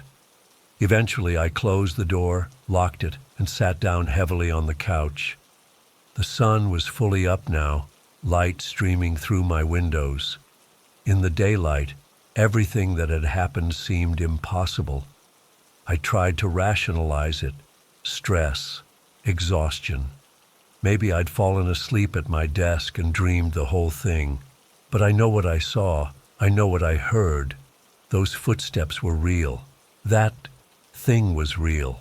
I submitted my manual at 8:30 a.m., half an hour ahead of deadline.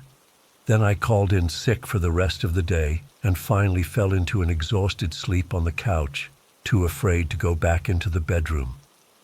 It's been 5 days now. I haven't heard the footsteps again. My neighbors say they didn't hear anything unusual that night. The building supervisor checked the crawl spaces and found nothing. My phone and laptop work perfectly fine, but sometimes, late at night when I'm trying to sleep, I swear I can feel something watching me from the corner of my room. And every time I walk down that hallway outside my apartment, I can't shake the feeling that something is walking right behind me, matching my pace, step for step. I don't know what it was or why it came to me that night. All I know is that I'll never forget those hollow eyes, staring through me like I wasn't even there. Sometimes I wonder if I was the ghost to it, not the other way around. I'm moving out next month when my lease is up. I don't care about breaking my rental agreement or losing my security deposit. Some things aren't worth the risk. And now, every time I hear footsteps when no one's there, I don't look. I don't want to see those eyes again.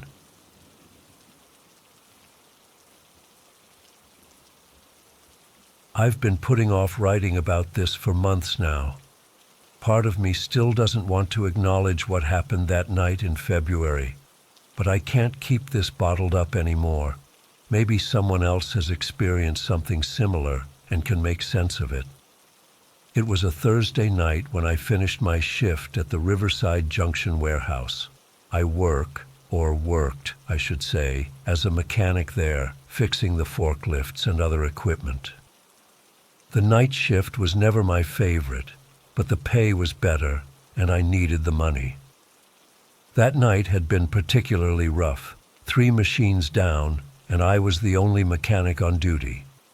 By the time I clocked out at 2 a.m., I was dead on my feet, the kind of exhaustion where your eyes burn and your body feels like it's moving through molasses. All I wanted was to get home, maybe grab a beer, and crash until noon the next day. The drive home was quiet.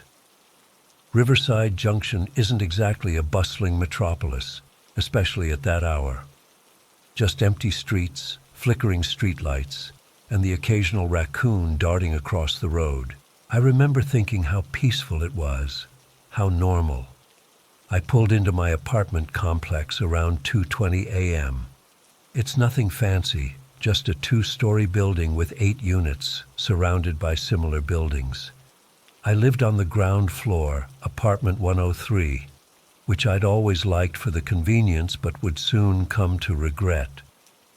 The parking lot was dimly lit by a single street light that always seemed to be on the verge of burning out. As I got out of my car, I felt something off. You know that sensation when the air just feels different, like when a storm is about to break? It was like that, but there wasn't a cloud in the sky. I chalked it up to exhaustion and headed to my door, fumbling with my keys. The lock always stuck a bit, and that night it seemed worse than usual. When I finally got inside, I flipped on the lights and went through my usual routine, kicked off my work boots, tossed my keys in the bowl by the door, and headed straight for the fridge.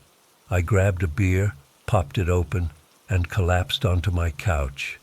That's when I heard it, a faint tapping sound, like fingernails against glass. At first, I thought it was just the building settling, or maybe the refrigerator making weird noises. But then I heard it again. Tap, tap, tap. It was coming from my living room window. I froze mid-sip, beer halfway to my mouth.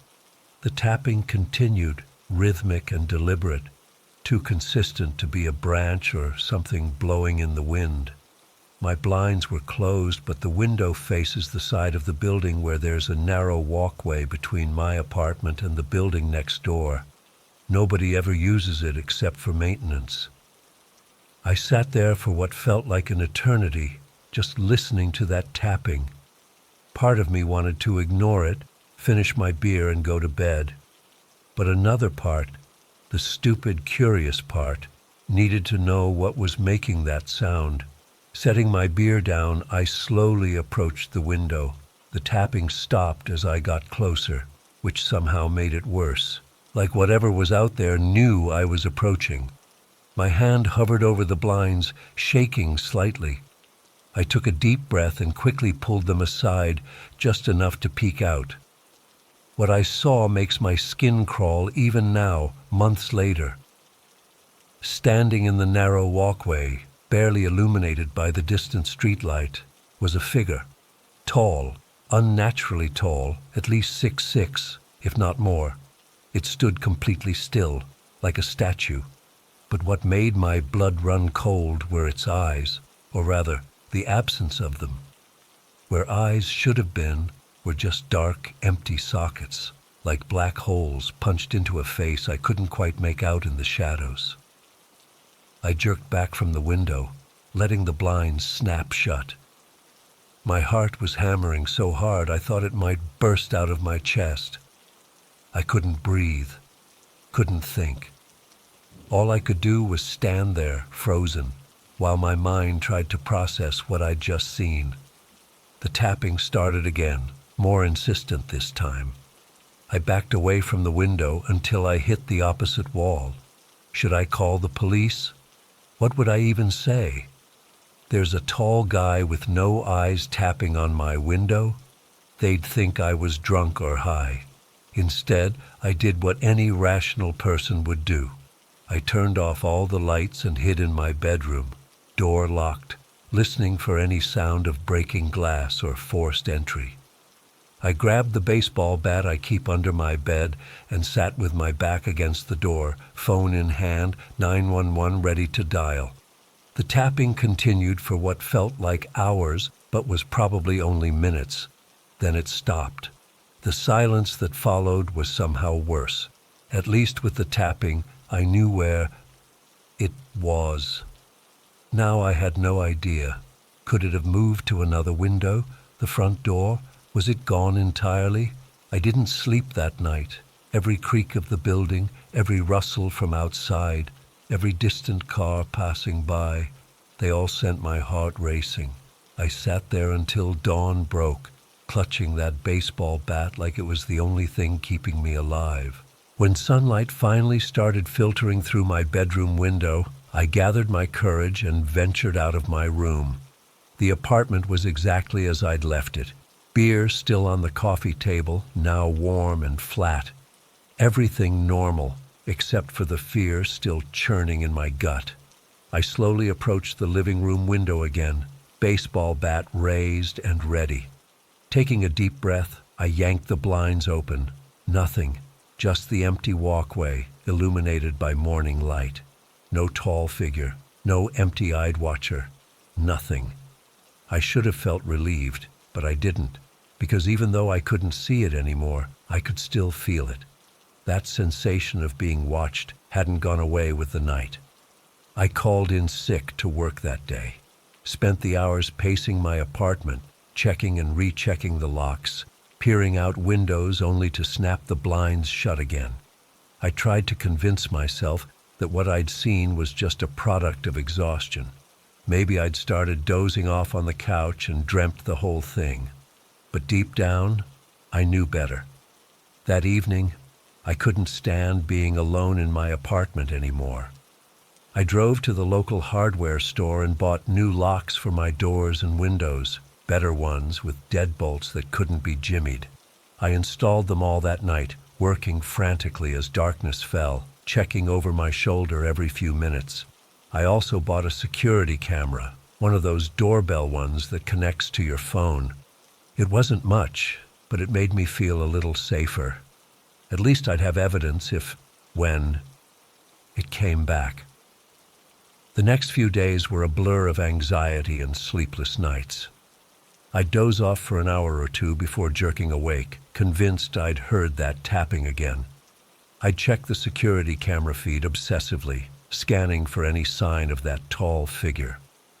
I started taking a different route to work, varied my schedule, parked in different spots. At work, I was a mess. I kept dropping tools, zoning out mid-task. My supervisor noticed, asked if everything was okay. I mumbled something about insomnia and personal problems. What else could I say? A week after the incident, I was at my lowest point, sleep-deprived, jumpy, and considering moving to a new apartment, hell, a new town, when I saw it again. I was walking back from the convenience store around the corner, just before sunset. As I approached my building, I glanced toward the woods that border the apartment complex.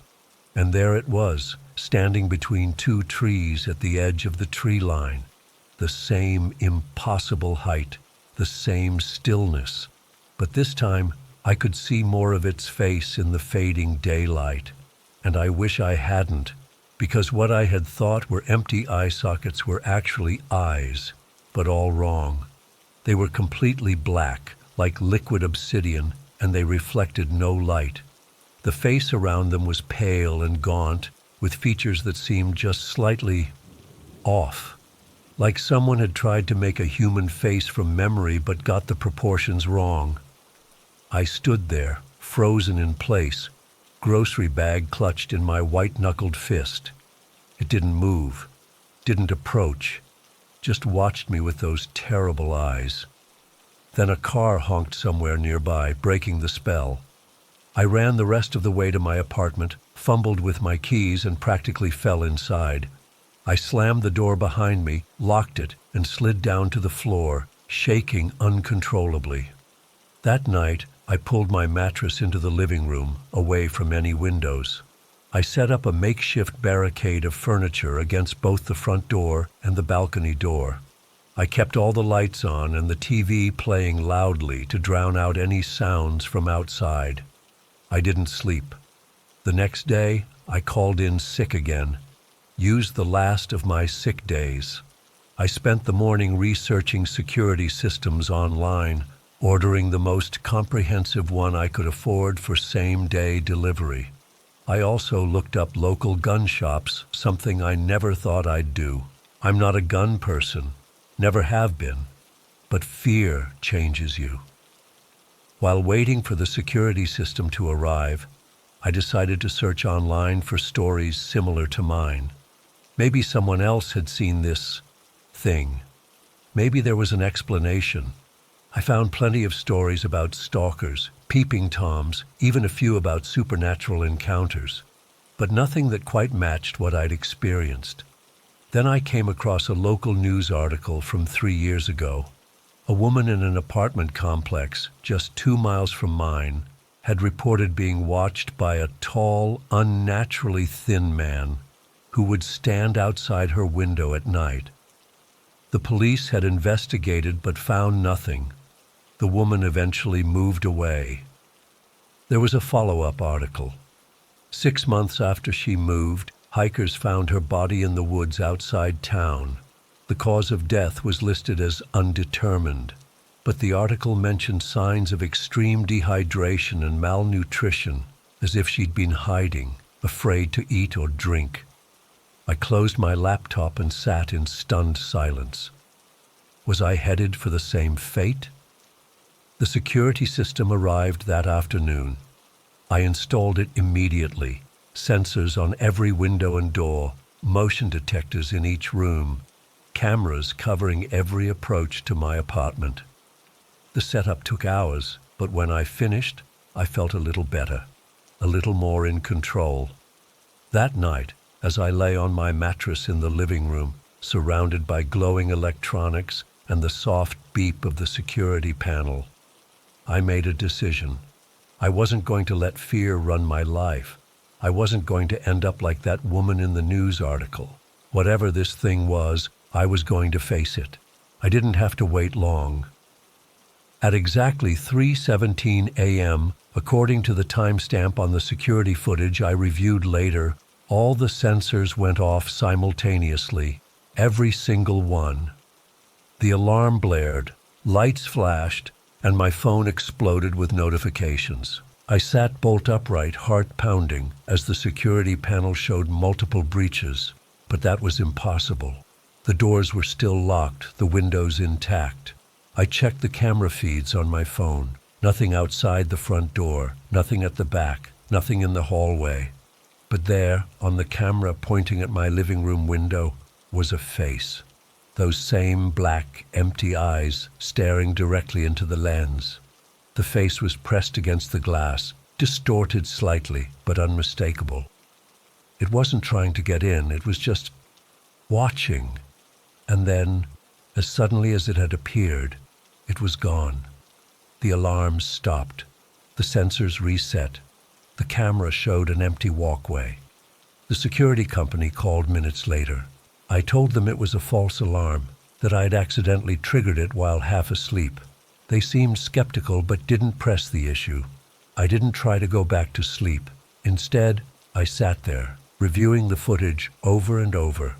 Each time, the same thing, all sensors triggered simultaneously, the face appearing for exactly 7 seconds, then gone. It made no sense. It defied explanation. The next day, I went to work despite my exhaustion. I couldn't afford to lose my job. Throughout my shift, I checked the security feeds obsessively. Nothing unusual, just my empty apartment. When I got home that evening, I did something I'd been avoiding. I checked the walkway outside my window.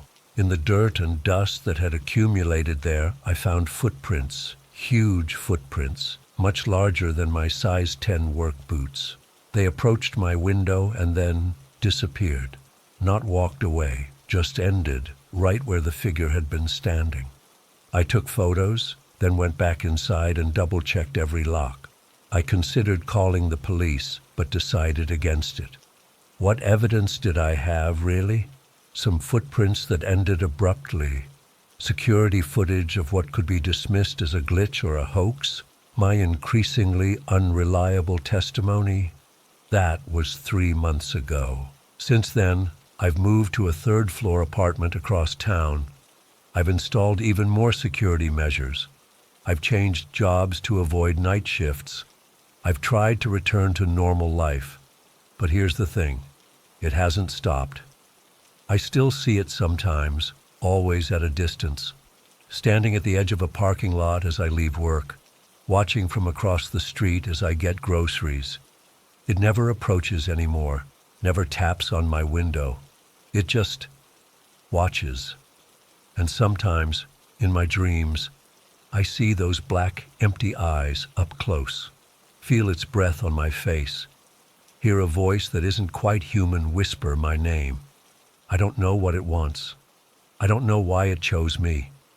All I know is that it's still out there, watching and waiting for something. I'm writing this now because I need someone, anyone, to know what's happening to me. Because last night, for the first time since I moved, I heard it again. Tap, tap, tap on my third-floor window.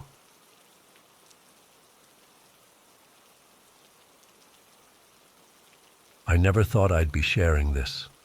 I've been lurking here for months reading other people's experiences, but now I need to get this off my chest because it's eating me alive. I can't sleep. I can't focus.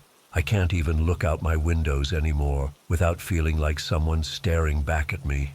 It started about 3 weeks ago. I was working on my novel I've been trying to get published for years, but so far all I've gotten are rejection letters. That morning seemed normal. I woke up, made coffee, and sat down at my desk in the spare bedroom I'd converted into an office. I live in this quiet suburban neighborhood called Maplewood Estates. It's the kind of place where people hang American flags on their porches, and everyone's lawn looks like it could be in a magazine. Nothing bad ever happens here, or so I thought. I was halfway through my third cup of coffee when my phone buzzed. Unknown number. The message read, Chapter 14, Needs work, Thomas. The protagonist's motivations are unclear. My blood ran cold. I was working on Chapter 14 that very morning. I hadn't told anyone about it. Not my parents, not my few friends, nobody. I stared at my phone for what felt like forever, trying to figure out who could have sent this. Maybe it was my old writing group, but we hadn't met in over a year, and I never shared my current project with them. I decided to ignore it. Probably just a weird coincidence or someone playing a prank. I got back to work, but I couldn't focus. My fingers hovered over the keyboard, but my mind kept going back to that text. Another message came through an hour later. You always drink too much coffee, Thomas. That's your third cup today. No wonder you can't sleep at night. My mug slipped from my hand and crashed to the floor. Coffee splattered everywhere, but I barely noticed. How did they know? I live alone. My desk faces away from all the windows. There's no way someone could see me from outside. I jumped up and checked every window in the house, pulling curtains closed and locking everything. My hands were shaking so bad I could barely turn the deadbolt. I checked the front yard, the backyard, looked up and down the street. Nothing seemed out of place. Just the usual quiet suburban scene. Kids' bikes abandoned on lawns, sprinklers going, someone walking their dog in the distance. When I came back inside, another message was waiting. Don't bother with the locks, Thomas. They won't help. I called the police immediately. The officer who came was polite but not particularly concerned. He took down the information, looked at the texts, and suggested I block the number. Unfortunately, without a direct threat or evidence of someone actually on your property, there's not much we can do, he said. Could be someone playing a prank. These message apps make it easy to hide your real number. I nodded like this made perfect sense, but inside I was screaming. Someone knew what I was writing. They knew how many cups of coffee I'd had. They knew my name. This wasn't a random prank. After the officer left, I tried to calm down. I blocked the number, made myself a sandwich, and tried to convince myself it was nothing. Just some weirdo who would get bored and move on to harassing someone else. But they didn't get bored. The next day, the messages came from a different number. You look tired, Thomas. Did you sleep at all last night? Those dark circles under your eyes are getting worse. I hadn't slept. I'd spent the night pacing, checking windows, and jumping at every little sound. How did they know? You shouldn't have called the police. They can't help you. No one can. I felt sick. I checked all the windows again. Nothing. I went outside and walked around the entire house. Nothing seemed out of place. No footprints in the flower beds, no disturbed mulch, no signs anyone had been there. Back inside, I grabbed my laptop and searched what to do about stalkers. I read about setting up security cameras, changing locks, staying with friends. I ordered some cheap cameras online for next-day delivery. I couldn't afford a real security system. My last royalty check had barely covered groceries for the month. The messages kept coming, each one more personal than the last. That shirt doesn't suit you, Thomas. The blue one in your closet would look better. You should call your mother back. She left a voicemail yesterday, and you haven't listened to it yet. Your protagonist is based on your college roommate, isn't he? The one who stole your girlfriend. You never got over that betrayal. I never told anyone about what happened in college. That was 15 years ago, and I'd never put it in writing anywhere. How could they possibly know? I stopped responding to texts from friends. I didn't answer my door. I ordered groceries online and asked the delivery person to leave them on the porch. The cameras arrived, and I set them up facing every entrance, but they showed nothing unusual. Just empty porches, empty yards, empty streets. The messages kept coming, each from a different number I couldn't block fast enough. One night, about a week into this nightmare, I heard something. It was around 3 a.m., and I was sitting in the dark living room with all the lights off. I hadn't been sleeping much, maybe an hour or two at a time. I was just sitting there, staring at the wall, my phone clutched in my hand like a lifeline, when I heard it, a scraping sound coming from downstairs. My house is a 2-story with a finished basement where I keep my treadmill and some storage. The scraping was faint at first, like something being dragged slowly across the concrete floor. Then it stopped. A few seconds later, it started again, louder this time. Scrap. Pause. Scrape. I couldn't move. My whole body felt frozen, like in those nightmares where you try to run but your legs won't work. My phone lit up with a new message. I'm here, Thomas. The scraping got louder, more insistent. It sounded like it was coming from the stairs now, the stairs that led up from the basement to the kitchen. I still couldn't move. I just sat there in the dark, listening as the sound got closer and closer. Then it stopped. Complete silence filled the house, the kind of silence that feels like a physical presence pressing against your ears. I don't know how long I sat there, not breathing, not blinking, just listening to the silence. Finally, somehow, I managed to stand up. My legs felt like they were made of water, barely holding my weight. I fumbled for my phone's flashlight and turned it on, the beam cutting through the darkness. "Hello?" I called out, my voice cracking. "Is someone there?" Nothing, just silence. I don't know where I found the courage, but I started walking toward the kitchen. The beam from my flashlight bounced along the walls, creating moving shadows that made my heart race even faster. When I reached the kitchen, I flipped on the light switch. Empty. No one was there. I walked to the basement door. It was closed, just like I always leave it. My hand shook as I reached for the knob. I turned it slowly, pulled the door open, and shined my light down the stairs. Nothing. Just empty stairs leading down into darkness. I flipped the basement light on and forced myself to walk down, step by step, my heart pounding so hard I could feel it in my throat. When I reached the bottom, I looked around. Everything seemed normal. My treadmill was in the corner. Boxes were stacked neatly against the wall. Nothing was out of place. But then I noticed something on the floor.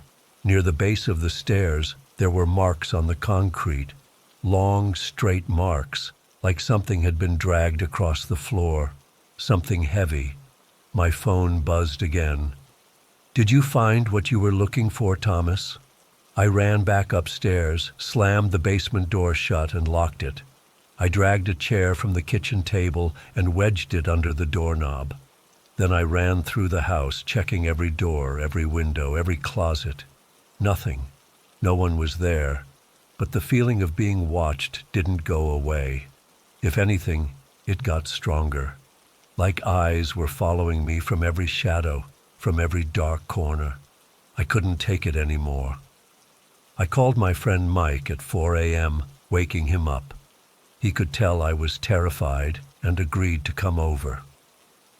While I waited for him to drive across town, I sat with my back against the wall, where I could see both the front door and the basement door. Mike arrived 20 minutes later. He searched the whole house with me, including the basement.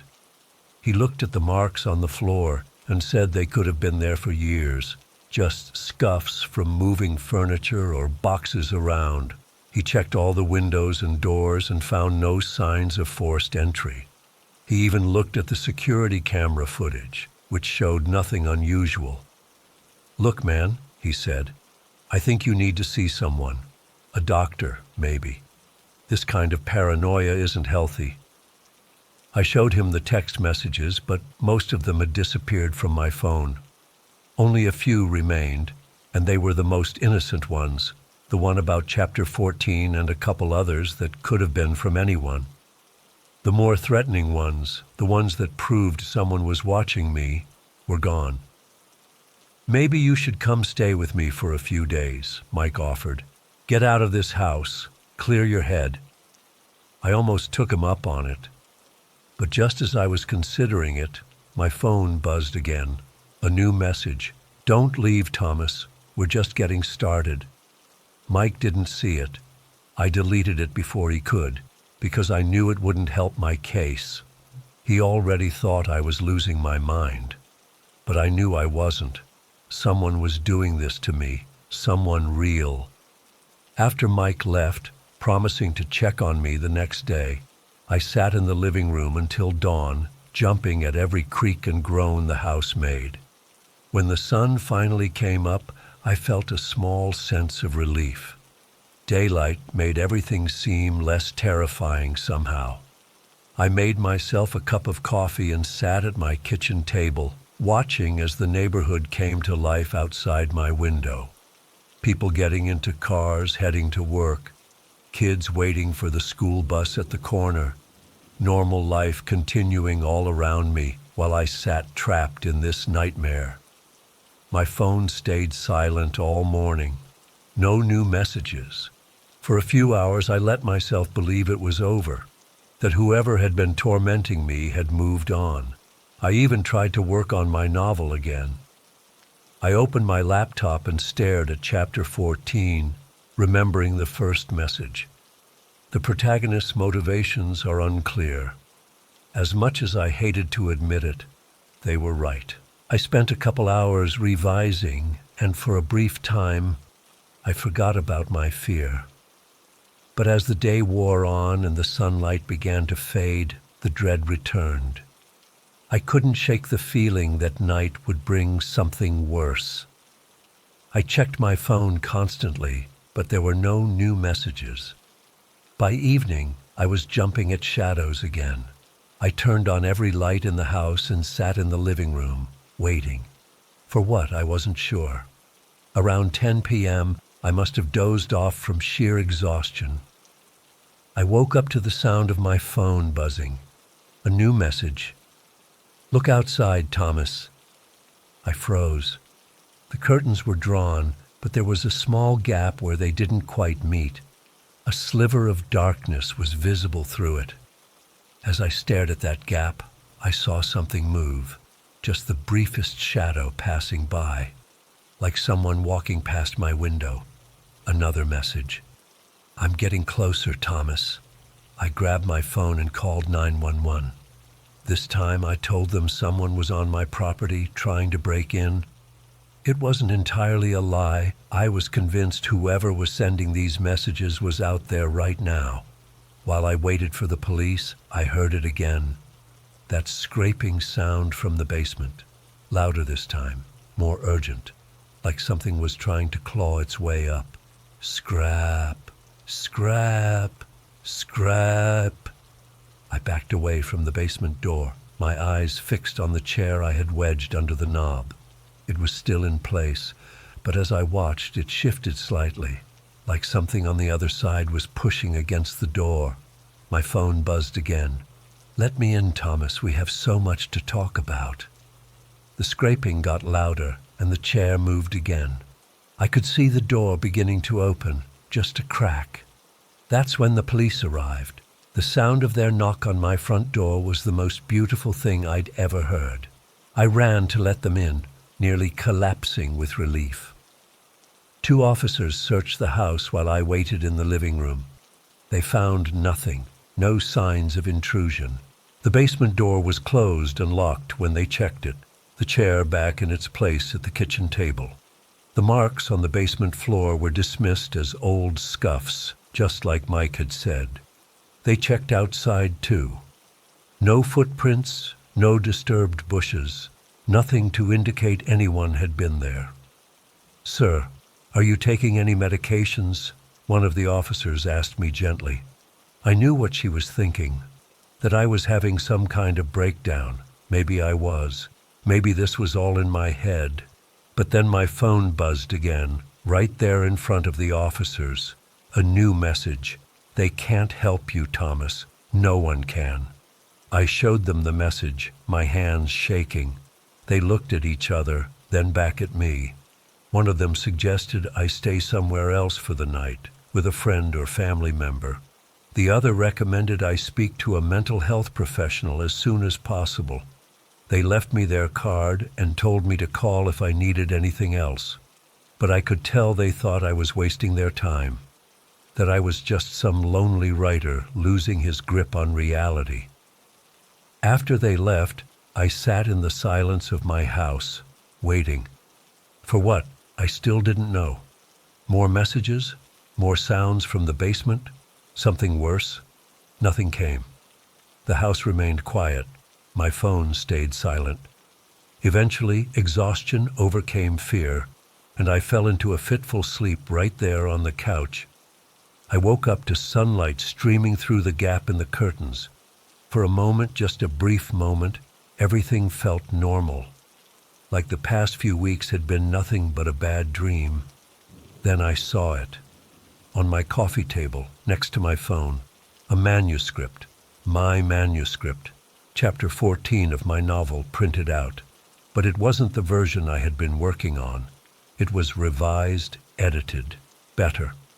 And at the top of the first page, written in red ink, "See, I can help you, Thomas. Let me in next time." That was yesterday. I haven't received any new messages since then. The scraping hasn't returned. But I know it's not over. Someone is out there, watching me, waiting, and I have no idea what they want or when they'll be back. I haven't touched the revised pages. They're still sitting on my coffee table. I can't bring myself to read them, but I can't throw them away either. The sun is setting now. Another night is coming, and I can feel it, that sensation of being watched. It never goes away anymore. I don't know what to do. The police think I'm crazy. My friends think I'm having some kind of breakdown. Maybe they're right. Maybe I am losing my mind. But those pages on my coffee table are real. The messages were real. The scraping was real. And whoever or whatever is doing this is still out there, watching, waiting. For what, I still don't know. But I'm terrified of finding out.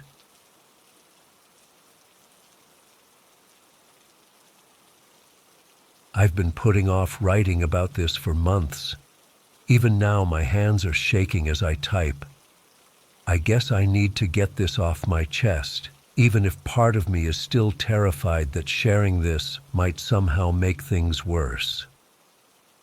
It started about 7 months ago. I'd been living in my loft apartment in Harborview District for nearly 3 years. It was my dream place. Exposed brick walls, huge windows overlooking the harbor, open concept. As a photographer, the natural light was everything to me. I'd built my home studio in the corner near the biggest windows, and I loved working there. My sanctuary, my safe space. I remember that morning perfectly. I was getting ready for a client meeting, rushing around like usual. I knocked my favorite lipstick off the bathroom counter, and it rolled under the cabinet. When I bent down to grab it, I noticed something odd, a tiny pinprick of light coming from behind the air vent near the floor. At first, I thought nothing of it, maybe a reflection. But something made me pause. I got down on my hands and knees and looked closer. My stomach dropped. There was a small camera lens positioned perfectly to capture the entire bathroom. I sat on the floor, my heart pounding so hard I could barely breathe. I grabbed a screwdriver from the kitchen drawer and removed the vent cover with shaking hands. Sure enough, there it was, a miniature camera wired directly into my wall. I felt violated in a way I can't even describe. The thought that someone had been watching me in my most private moments made me physically sick. I disconnected the camera immediately, but then the horrifying thought hit me. If there was one camera, could there be more? I canceled my client meeting and spent the entire day searching every inch of my apartment. By nightfall, I'd found 7 more cameras. 7. They were everywhere. One hidden in my bedroom smoke detector aimed at my bed, another in a small hole in the living room bookshelf, one behind a kitchen cabinet, even one in the light fixture above my desk, where I often changed clothes if I was in a hurry. I was methodical about removing each one, documenting them with my own camera before disconnecting them. I kept thinking about how long they'd been there, watching me. Months? Years? The thought made me want to scrub my skin raw. I called the police that evening. 2 officers showed up, took my statement, and collected the cameras as evidence. They asked if I had any enemies, any stalkers, any bitter exes. I couldn't think of anyone specific. Sure, I'd gone on some bad dates, had a messy breakup about a year ago, but nothing that would warrant this level of invasion. "We'll process these and check for fingerprints," the older officer said, but his tone didn't inspire confidence. "You might want to stay somewhere else for a few days just to be safe." But I couldn't afford to stay in a hotel indefinitely, and I wasn't going to let whoever did this drive me from my home. So I stayed, but I didn't sleep. Not really. Every noise, every creak of the building made me jump. I kept all the lights on that night, sitting upright in bed, staring at my door until sunrise. The next day, I called a security company. They swept the entire apartment and confirmed I'd found all the cameras. I had them install a new security system, motion sensors, door alarms, the works. I even had them check if the cameras were transmitting to somewhere in the building, but they said the feed was likely going to a remote location. They couldn't trace it. I changed my locks, added 3 deadbolts, and put wooden dowels in all my window tracks. I bought blackout curtains for every window and kept them closed at all times. My beautiful, light-filled apartment transformed into a fortress, a prison. For weeks, I jumped at every sound. I got into the habit of sweeping my apartment every morning and night, checking for new devices. I stopped inviting people over. I stopped ordering delivery because I didn't want strangers knowing my address. I started showering at the gym because the thought of being naked in my own bathroom made me feel exposed. About 3 weeks after finding the cameras, I was sitting on my couch editing photos when I heard something from my TV speakers. Static, then a whisper. So faint I almost thought I imagined it. I muted my laptop and listened. Elena. My name. Just my name, but it froze my blood. I unplugged the TV, hands trembling so badly I could barely grip the cord. I stood there in silence, straining to hear anything else. Nothing. The next day, I had the security company back. They found a device piggybacking on my Wi-Fi, allowing someone to access my smart TV remotely. They removed it, strengthened my network security, and assured me I was safe now. But I wasn't. I knew I wasn't. A week later, my security system started going off at random times. 3 a.m., noon, 7 p.m. No pattern. Each time, there was no one there. The security company said it was probably just a malfunction and replaced the sensors. But deep down, I knew someone was testing my responses, seeing how quickly I checked the doors, how often I called the security company, if I called the police. The police investigation wasn't getting anywhere. Without clear suspects, they had little to go on. The cameras were generic brands available online, purchased with cryptocurrency. The tech officer explained that meant they were basically untraceable. I started sleeping with a baseball bat beside my bed. I put a chair under my doorknob every night. I disconnected all my smart devices and went back to analog everything. No Alexa, no Google Home, nothing that could be hacked. I even covered my laptop camera with tape and only connected to the internet when absolutely necessary for work. About 2 months in, I was at my breaking point. I barely slept. I lost weight because I had no appetite. Friends started commenting on how tired I looked, how withdrawn I'd become. But how could I explain? That someone was watching me, that I couldn't feel safe in my own home, that I checked under my bed every night like a scared child? Then came the package. It arrived on a Tuesday. No return address, just my name and address printed on a plain brown box left at my door. I should have called the police immediately, but curiosity got the better of me. I brought it inside, placed it on my kitchen counter, and stared at it for nearly an hour before working up the courage to open it. Inside was a manila envelope. Inside that was a single piece of paper with a typed message. "You can't hide from me. I'm always watching." And beneath the envelope were printouts, dozens of them, photos of me, in my apartment, sleeping, working, eating, changing clothes, showering, all obviously taken from the cameras I'd removed months ago. I completely lost it. I remember screaming, crumpling to the floor, gasping for breath. When I could finally move again, I called the police with shaking hands. This time, they took it more seriously. They took the package, the note, the photos. They dusted my apartment for fingerprints. They interviewed my neighbors, my friends, my clients. And that's when a detective found something. The cameras connected to a server that, with a warrant, they were able to trace to an IP address. That IP address led them to an apartment just 3 blocks from mine. The police didn't tell me who it was at first, just that they'd arrested someone. When they finally revealed his identity, I felt sick all over again. It was Ryan, a guy I'd met at a networking event for local businesses about a year ago. We'd chatted briefly. He'd asked me out. I politely declined. That was it. I barely remembered the interaction, but apparently Ryan hadn't forgotten. According to the police, he'd become obsessed.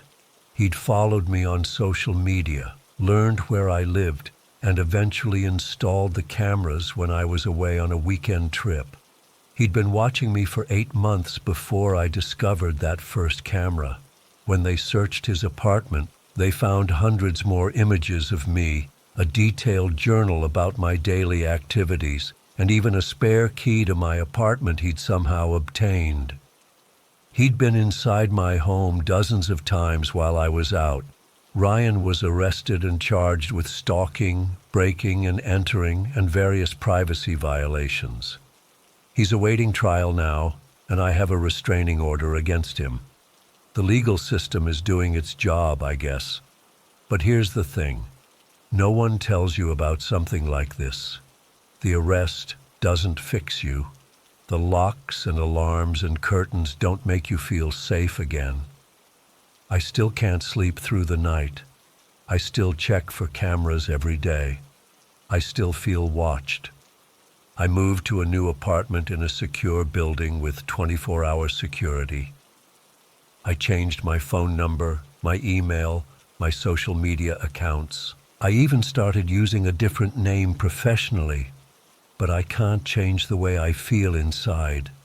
Sometimes I wake up in the middle of the night, absolutely certain someone is standing in the dark corner of my bedroom watching me.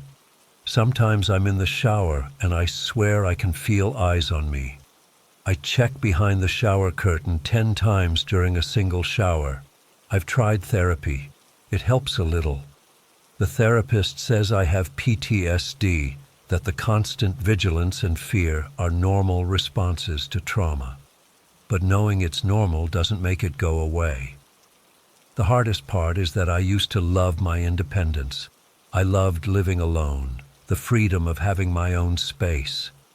Now, being alone terrifies me, but having people over scares me too, because what if they're not who they seem? What if they're like Ryan? It's been 7 months since I found that first camera, and I still don't feel like myself. I'm not sure I ever will again.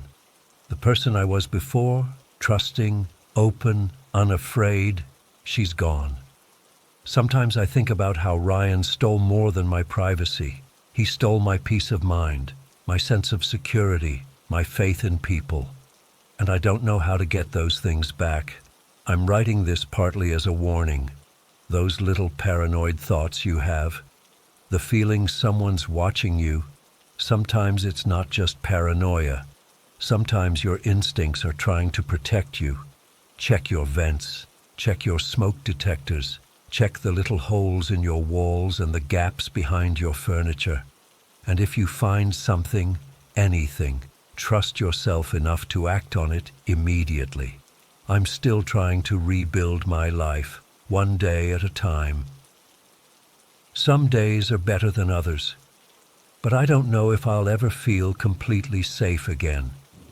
And that might be the cruelest part of all. Long after the cameras are gone, the feeling of being watched remains.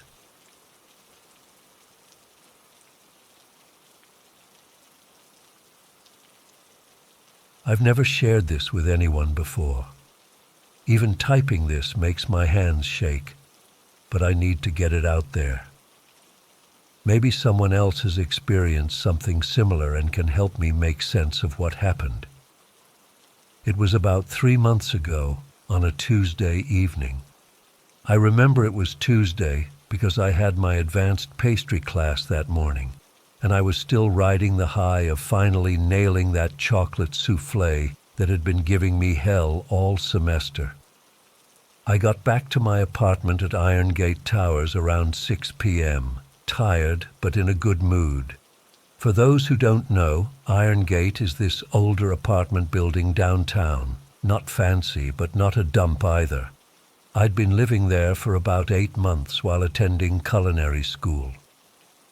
My place was on the 5th floor, apartment 513. Just a basic 1-bedroom with a small kitchen, but the kitchen was what sold me on it. It had decent counter space and a gas stove, which was perfect for practicing techniques when I couldn't use the school kitchens. That night, I decided to make myself a proper dinner instead of the usual instant ramen. I had some chicken thighs marinating in the fridge, and I was excited to try this new recipe I'd learned in class. The kitchen window was cracked open, letting in a cool evening breeze as I chopped vegetables. Everything was so normal, so ordinary. I had just put the chicken in the oven when I heard the knock. It wasn't particularly loud or aggressive, just a standard knock-knock on my front door. I wasn't expecting anyone, but I figured it might be my neighbor Mark wanting to borrow something, or maybe the building manager about the maintenance request I'd submitted for my leaky shower. I wiped my hands on a dish towel and headed to the door. I looked through the peephole, but there was nobody there. Just the empty hallway with its faded carpet and flickering light at the far end. I shrugged it off. Probably some kid messing around. I went back to the kitchen and started working on the sauce, but less than a minute later, there was another knock. This one was more urgent, more insistent. I felt a flicker of annoyance as I walked back to the door. "Coming, coming," I called out, thinking maybe they just hadn't heard me the first time. I checked the peephole again, but the hallway was still empty. Now I was a little weirded out. I hesitated, my hand on the doorknob. Maybe I should just ignore it? But what if it was important? What if someone needed help? I opened the door. No one was there, but my eyes immediately dropped to the floor. Sitting right in front of my door was a small package wrapped in brown paper. It was about the size of a shoebox tied with simple twine. What caught my attention immediately was my name, Victor Reyes, written in neat flowing handwriting across the top. I looked both ways down the hallway. Empty. Whoever had left it was gone. I picked up the package. It was surprisingly light. There was no return address, no postage stamp, nothing to indicate where it had come from or who had sent it, just my name in that elegant script. I should have been more cautious. I should have thrown it away or called someone about it. But I was curious, and honestly, I didn't feel threatened, just confused. So I brought it inside, set it on my kitchen counter, and stared at it while my dinner cooked. The rational part of my brain offered explanations. Maybe it was from a classmate, or perhaps my mom had sent me something and forgotten to write her address. But why leave it like that? Why knock and run?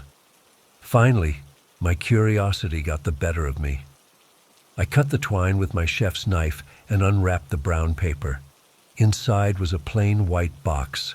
I lifted the lid and I can still see it when I close my eyes. A doll, but not like any doll you'd give to a child. This thing had pale, almost translucent skin, like it had been carved from wax. Its eyes were what really got to me.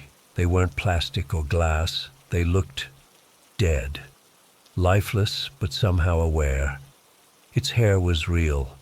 Actual human-looking hair, black and fine, arranged in neat waves around its face. It wore a simple white gown that had yellowed with age. I dropped the box like it had burned me.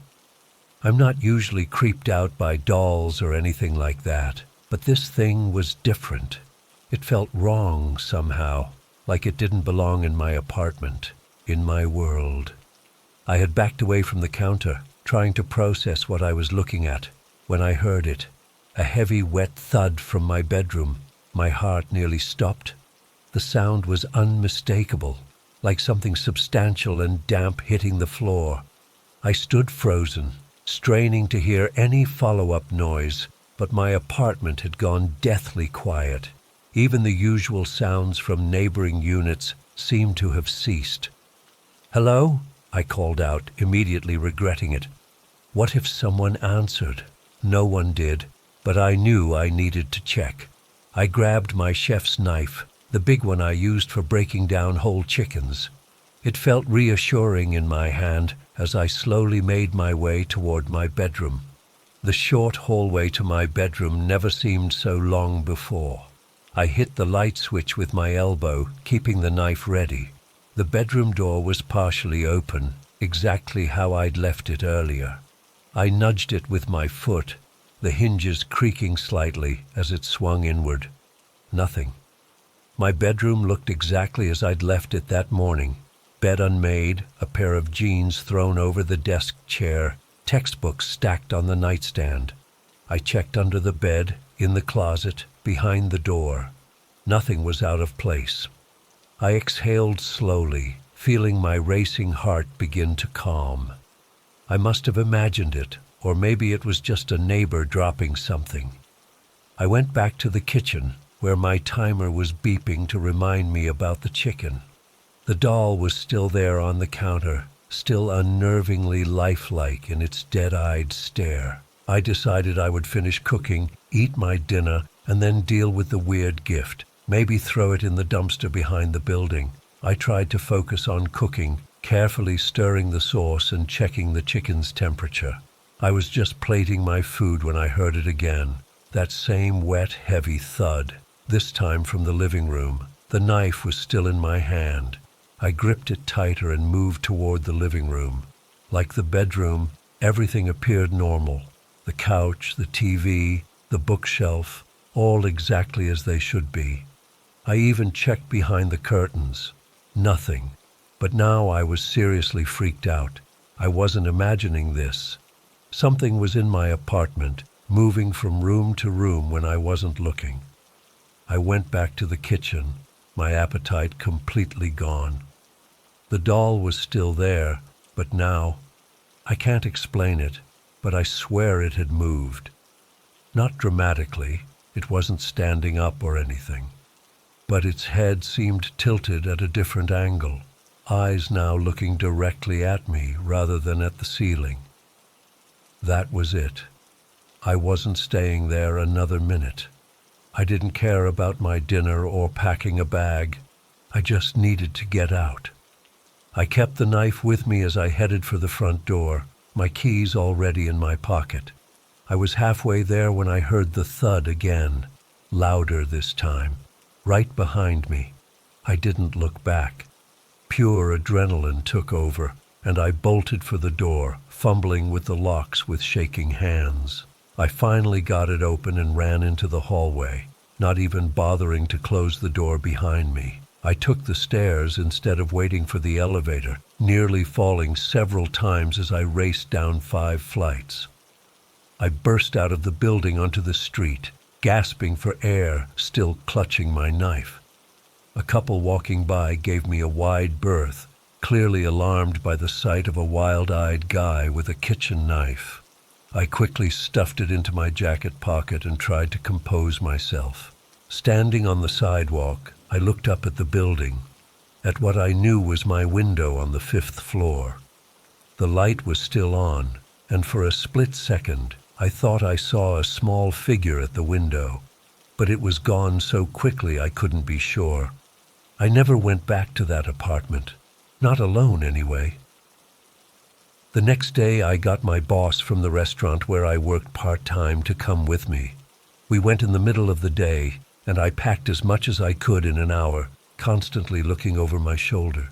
The doll was gone. Not just put away somewhere, completely gone. The box too. There was no sign it had ever existed.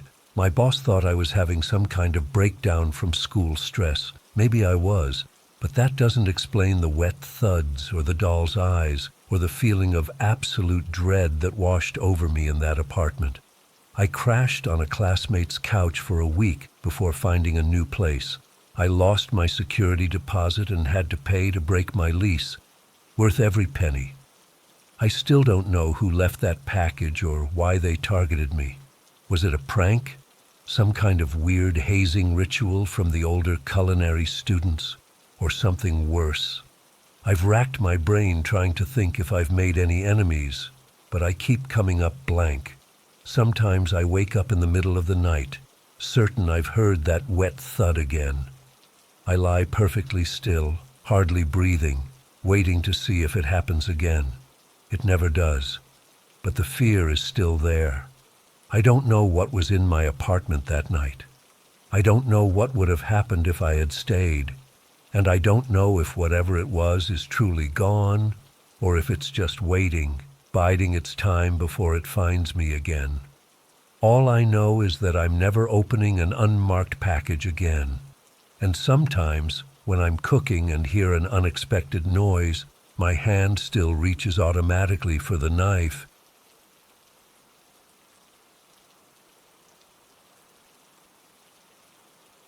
I've always considered myself a pretty ordinary guy. I'm 43, divorced, and I've lived in Thornfield Heights for about 6 years now. When I bought my house, the backyard was the main selling point. Nearly half an acre with mature trees and lots of potential for my gardening hobby. I spend most weekends out there, getting my hands dirty and turning what was once an overgrown mess into something I'm actually proud of. But what happened last Saturday has completely changed how I feel about my home. I can barely bring myself to look out the back windows anymore, let alone step foot in the yard. I'm writing this down partly because I can't sleep, and partly because I need to process what the hell actually happened. It started when I noticed something weird about my back fence.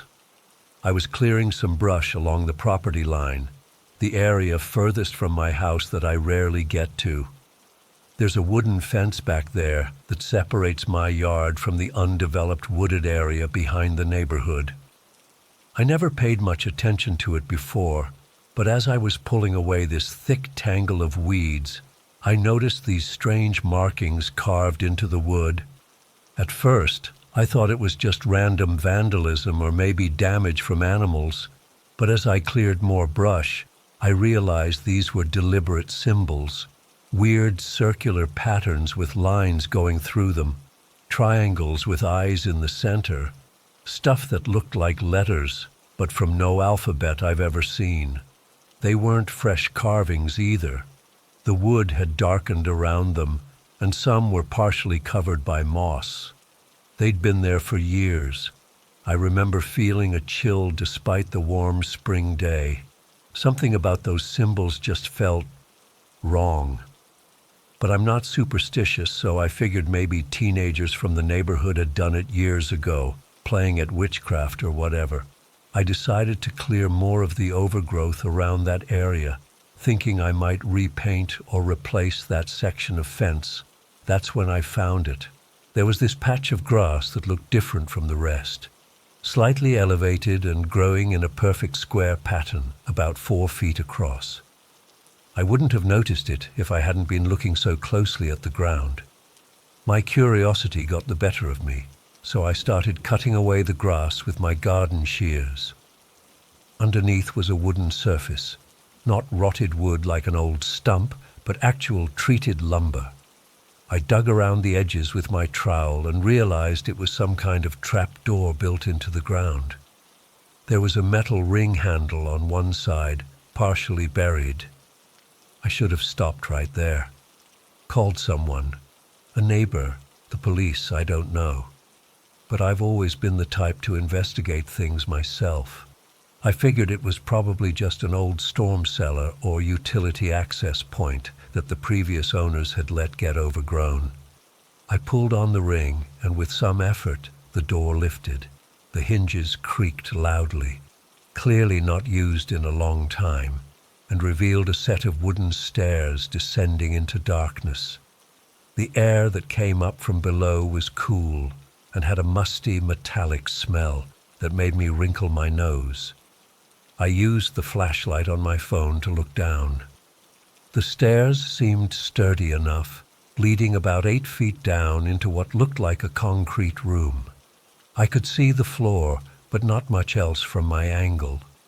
Again, this was my chance to back away and call someone. But I kept thinking it was probably just some old fallout shelter from the Cold War era. Lots of houses built in the 50s and 60s had them, and my neighborhood dates back to that time. So I went down. Each step creaked under my weight, but held firm. When I reached the bottom, I swept my phone's flashlight around and immediately realized this was no ordinary storm cellar. The room was about the size of my living room, maybe 15 by 20 feet, with concrete walls. But what caught my attention were the shelves lining every wall, packed with objects that made no sense in a normal basement. There were glass jars containing what looked like herbs and other materials I couldn't identify. Small animal skulls arranged in patterns. Candles, dozens of them, black and red, many partially burned. On one shelf sat a row of knives with handles made from bone or antler, their blades inscribed with more of those same symbols I'd seen on the fence. Below them were small figurines carved from dark wood, distorted human shapes with exaggerated features. My heart was pounding now. This was clearly not a fallout shelter. The center of the room held a large stone table or altar. That's really the only word for it. It was about waist high with a smooth top and more of those symbols carved around its edges. Dark stains covered its surface, and I didn't want to think about what might have caused them. The most disturbing things were the books and journals. On a small desk in one corner sat stacks of handwritten notebooks alongside older, leather-bound volumes. I picked up one of the journals with shaking hands and flipped it open. The pages were filled with cramped handwriting, diagrams of those same symbols, and what looked like instructions for rituals. Some pages had dates as recent as last month. I remember thinking, someone's been using this place recently, and they've been accessing it through my backyard. That realization hit me like a punch to the gut.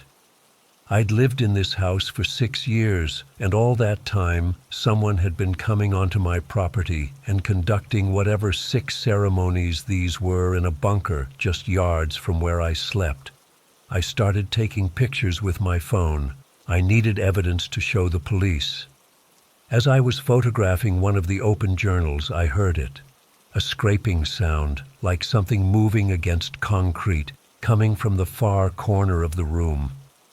My flashlight beam had only illuminated about half the space. There was a dark archway in the far wall that I hadn't explored yet. The sound had come from in there. "Hello?" I called out, immediately regretting it. "Is someone there?" No answer, but the scraping stopped. Complete silence. I should have run right then. Every instinct was screaming at me to get out, but I was frozen in place, my flashlight aimed at that dark archway, waiting. That's when he emerged. He moved into the beam of light slowly, like he was in no hurry. A man, probably in his 50s, with wild gray hair that hung past his shoulders and a beard that reached his chest. He was thin, unnaturally so, wearing dirty jeans and a flannel shirt with the sleeves rolled up, revealing arms covered in tattoos of those same symbols. But it was his face that made my blood turn to ice. His eyes were wide open, bloodshot, and seemed to reflect my flashlight with an unnatural gleam.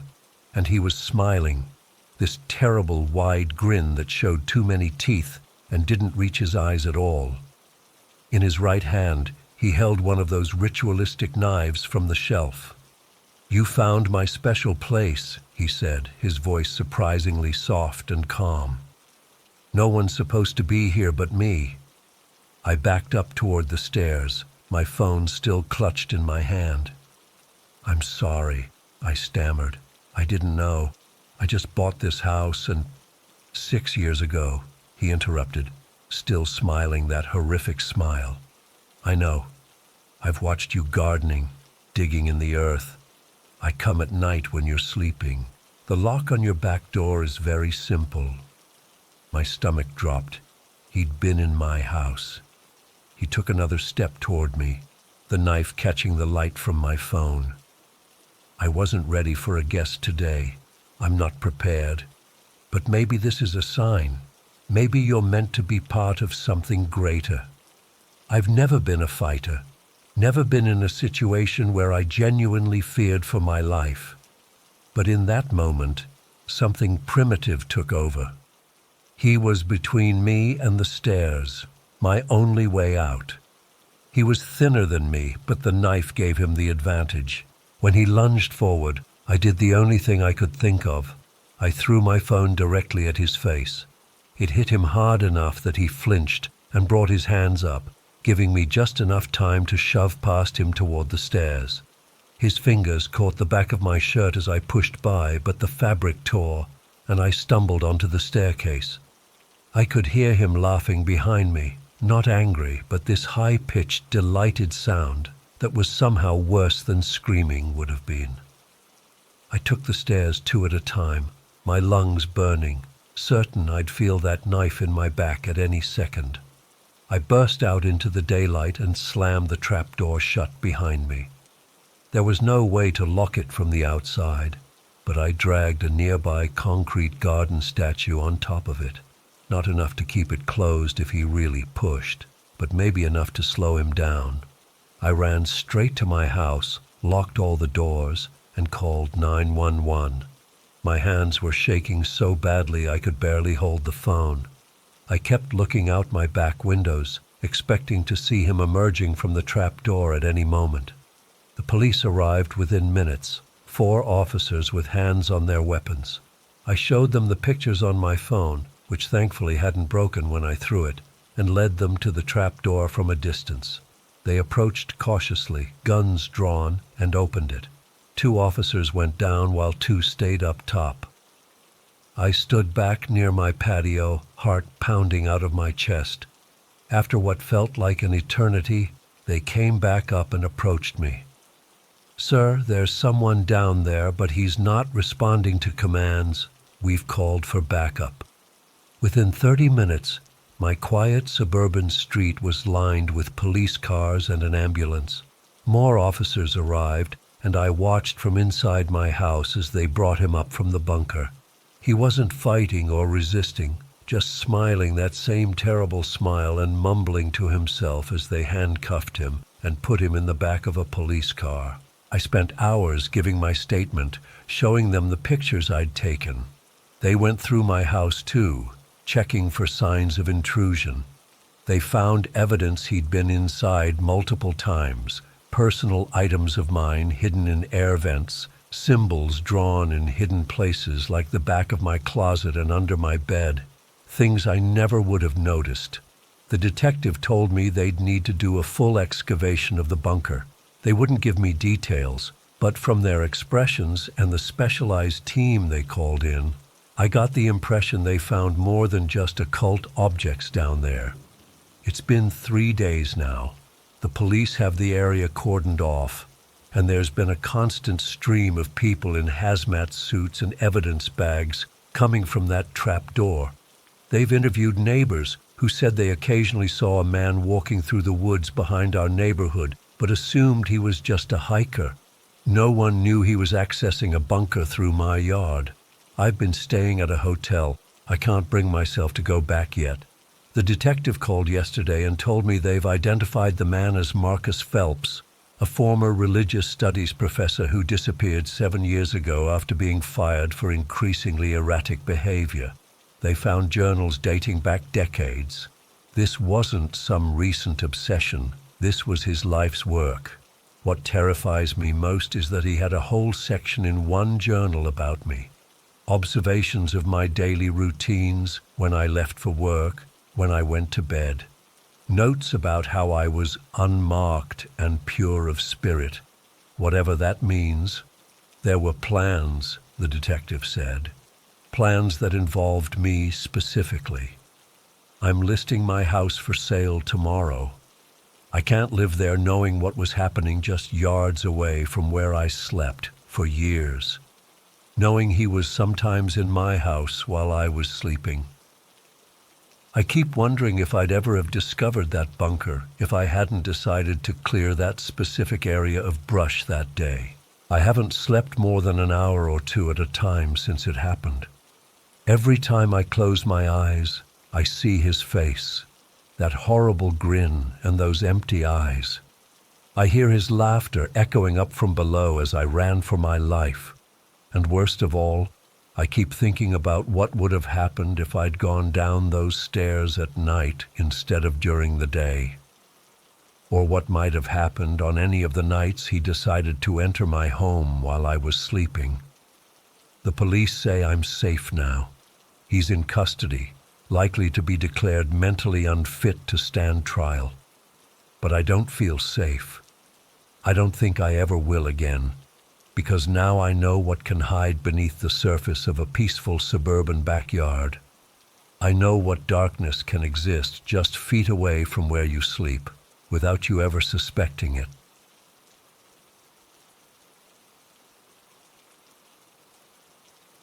I don't know where to begin with this. I've been trying to wrap my head around what happened last weekend, but I still can't make sense of it. I've barely slept since Saturday night. Every little sound makes me jump, and I keep checking my windows and doors over and over. I guess writing this down might help me process everything, and maybe someone here has experienced something similar. I'm 27 and recently moved back to my parents' house after breaking up with my boyfriend. It's only temporary until I find my own place, but my parents have been super cool about it.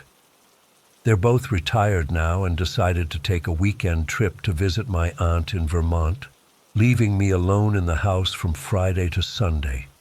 The house is in a pretty quiet suburban neighborhood. It's not isolated or anything.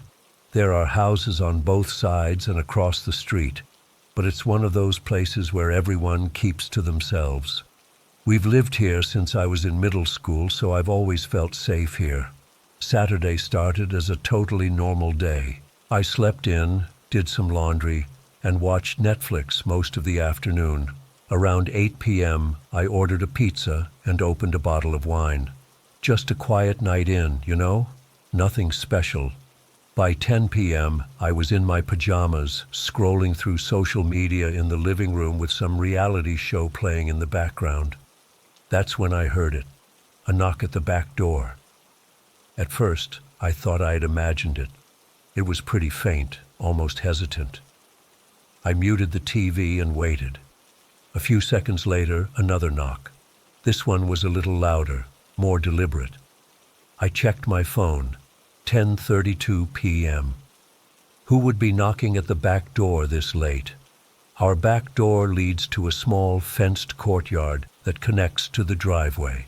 Friends always use the front door, and delivery people never come around back. "Hello?" I called out from the living room, not wanting to approach the door yet. No response, just another knock, louder this time. I texted my neighbor Jen. "Hey, are you trying to come over right now?" She responded almost immediately. "No, home with the kids. Everything okay?"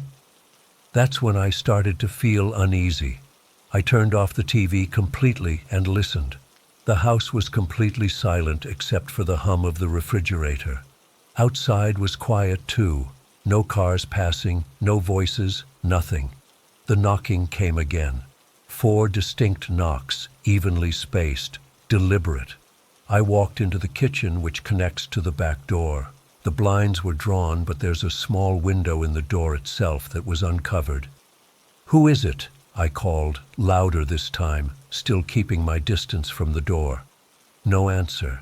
Just more knocking, now in a different rhythm, almost playful. I don't know what possessed me, but I grabbed a kitchen knife from the drawer. My heart was pounding so hard I could feel it in my throat. I approached the door slowly, knife gripped tight in my right hand. When I got within a few feet of the door, the knocking stopped. Complete silence. I stood frozen for what felt like forever, afraid to move closer, afraid to turn my back. "I'm calling the police," I shouted, hoping my voice didn't betray how terrified I was. That's when I heard movement outside. Not footsteps exactly, but a sort of shuffling sound, like someone dragging something across the concrete patio. I summoned all my courage and stepped quickly to the door, rising on my tiptoes to look through the small window. For a second, I didn't see anything. Then, just at the edge of visibility where the patio light's reach ended, I saw it, a figure, just standing there in the shadows. I couldn't make out any details. It was just a dark silhouette, completely still. Then, as if sensing I was watching, it moved. Not normal movement, it was too quick, too fluid. 1 second it was there, the next it seemed to slide sideways out of view. I stumbled backward, nearly dropping the knife. My hands were shaking so badly, I could barely unlock my phone. As I was about to dial 911, I heard a car engine start up somewhere close by. The sound of tires on gravel, then silence again. I spent the next hour checking every door and window in the house, making sure everything was locked. I tried to convince myself it was just some stupid teenager playing a prank, or maybe a drunk person who got the wrong house. But something about that figure's movement felt wrong, unnatural. Eventually, I calmed down enough to return to the living room. I kept the kitchen knife on the coffee table just in case. I texted my parents but didn't want to worry them too much, so I just said I heard some strange noises and asked when they'd be home tomorrow. They were already asleep. I tried to distract myself with TV but couldn't focus. Around midnight, I remembered that my dad had installed security cameras a few months ago after some cars had been broken into down the street. There was one covering the driveway and another facing the backyard. I grabbed my laptop and logged into the security system. The interface was simple enough. It showed live feeds from both cameras and had a timeline where you could scroll back to review footage. I rewound to 10:30 p.m. and watched. At exactly 10:32, a shadow appeared at the edge of the backyard camera's view. It was too dark to make out clearly, but something was definitely there. The motion seemed odd, not like a person walking normally. It moved to the back door, which was just out of the camera's frame. Then nothing for about 10 minutes until that quick movement I'd seen through the window. The figure seemed to almost glide away, too fast for the camera to capture clearly. The driveway camera didn't show any car, which made no sense. I was certain I'd heard one start up and drive away. Where had it been parked? And how had the person gotten into our fenced backyard without triggering the motion sensor lights? I felt sick to my stomach. Something wasn't adding up. I checked the live feed from both cameras. Everything looked normal. The backyard was empty, the driveway clear. The neighborhood was dead quiet. I decided to try and get some sleep. I brought the knife to my bedroom, locked the door, and pushed my dresser in front of it. I know it sounds extreme, but I couldn't shake the feeling that something very wrong had happened. I must have fallen asleep eventually, because I woke up suddenly at 3:17 a.m. I didn't know what had woken me. There was no sound, no movement, just a feeling, a certainty that something was wrong. My room was dark except for the glow of my laptop, which I'd left open on the bed. The security camera feed was still running. I glanced at it out of habit, not expecting to see anything. That's when my blood turned to ice. There, in the backyard camera feed, was the figure again. But this time it wasn't at the edge of the yard. It was standing directly in the center of the courtyard, completely still, facing the house, facing my bedroom window. I couldn't breathe. I couldn't move. I couldn't even scream. The figure was taller than I remembered, its proportions somehow wrong. It stood unnaturally straight, arms hanging at its sides. I still couldn't make out any features. It was just a black silhouette against the slightly lighter background of the yard. As I watched, frozen in terror, it took one step forward, then another, moving with that same unnatural smoothness toward the house, toward me. I finally snapped out of my paralysis and grabbed my phone to call 911. No service. I tried again. Nothing. Internet was down too. The only thing still working was the security camera feed running on the local network. And that's when all the lights went out. The house plunged into complete darkness. Even my laptop screen went black.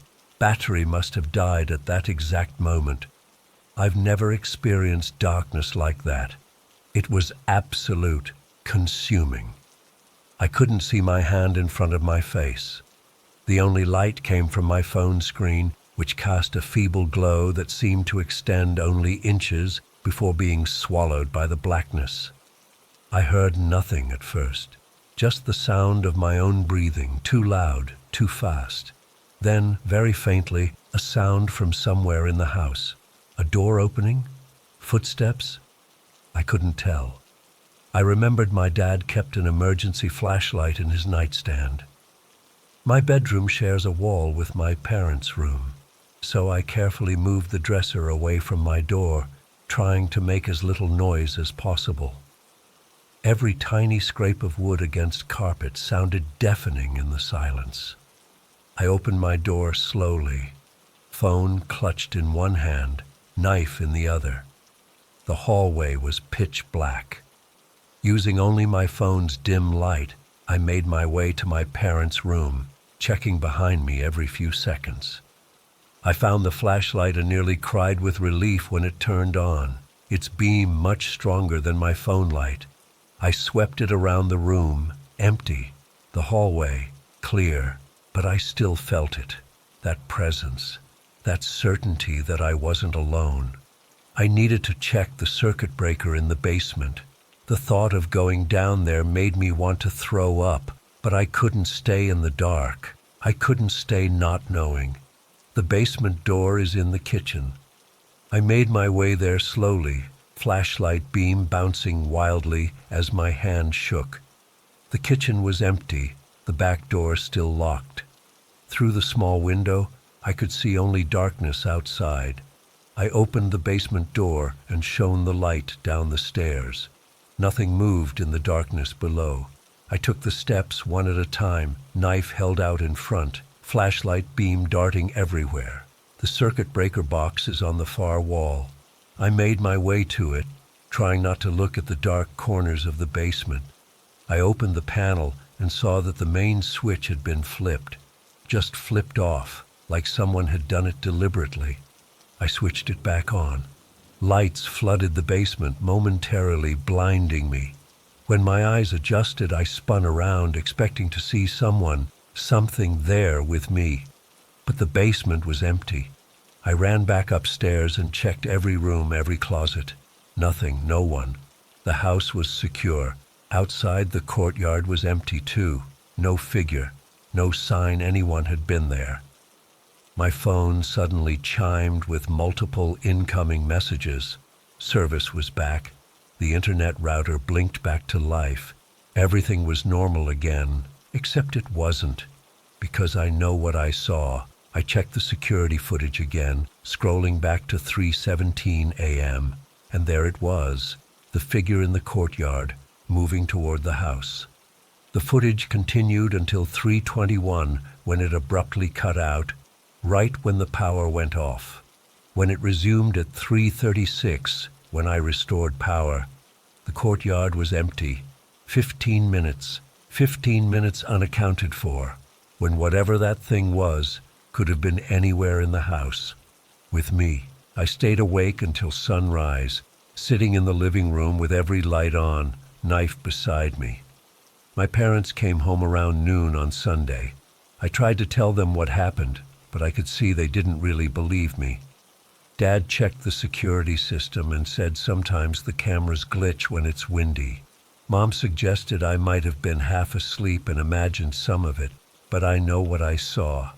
That figure wasn't human, not completely. The way it moved was wrong, and it was watching me, specifically me. It's been 4 days now. I've checked into a hotel, told my parents I needed some space.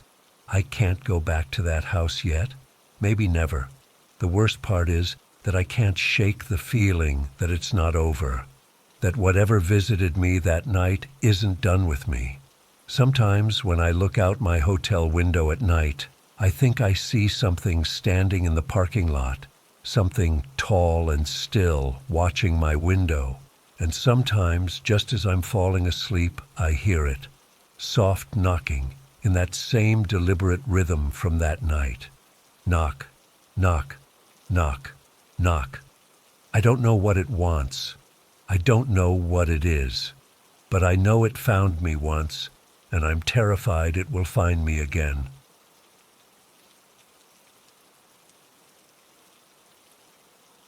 I've never shared this with anyone before. Not my family, not my friends, not even my therapist. But I need to get this off my chest because I'm starting to think I'm going crazy. It's been 3 months since everything happened, and I still check my walls for scratches every night before bed. I bought my first house about 2 years ago. Nothing fancy, just a small 2-bedroom in a quiet suburb outside of Portland. After college and 5 years of apartment living with roommates and paper-thin walls, I was beyond ready to have my own space. The neighborhood seemed perfect. Tree-lined streets, families walking dogs, kids riding bikes, the works. The realtor mentioned something about the next-door neighbor being a bit of a hermit, but I honestly didn't think much of it. I was too excited about having a yard and a dishwasher that actually worked. The first few months were everything I'd hoped for.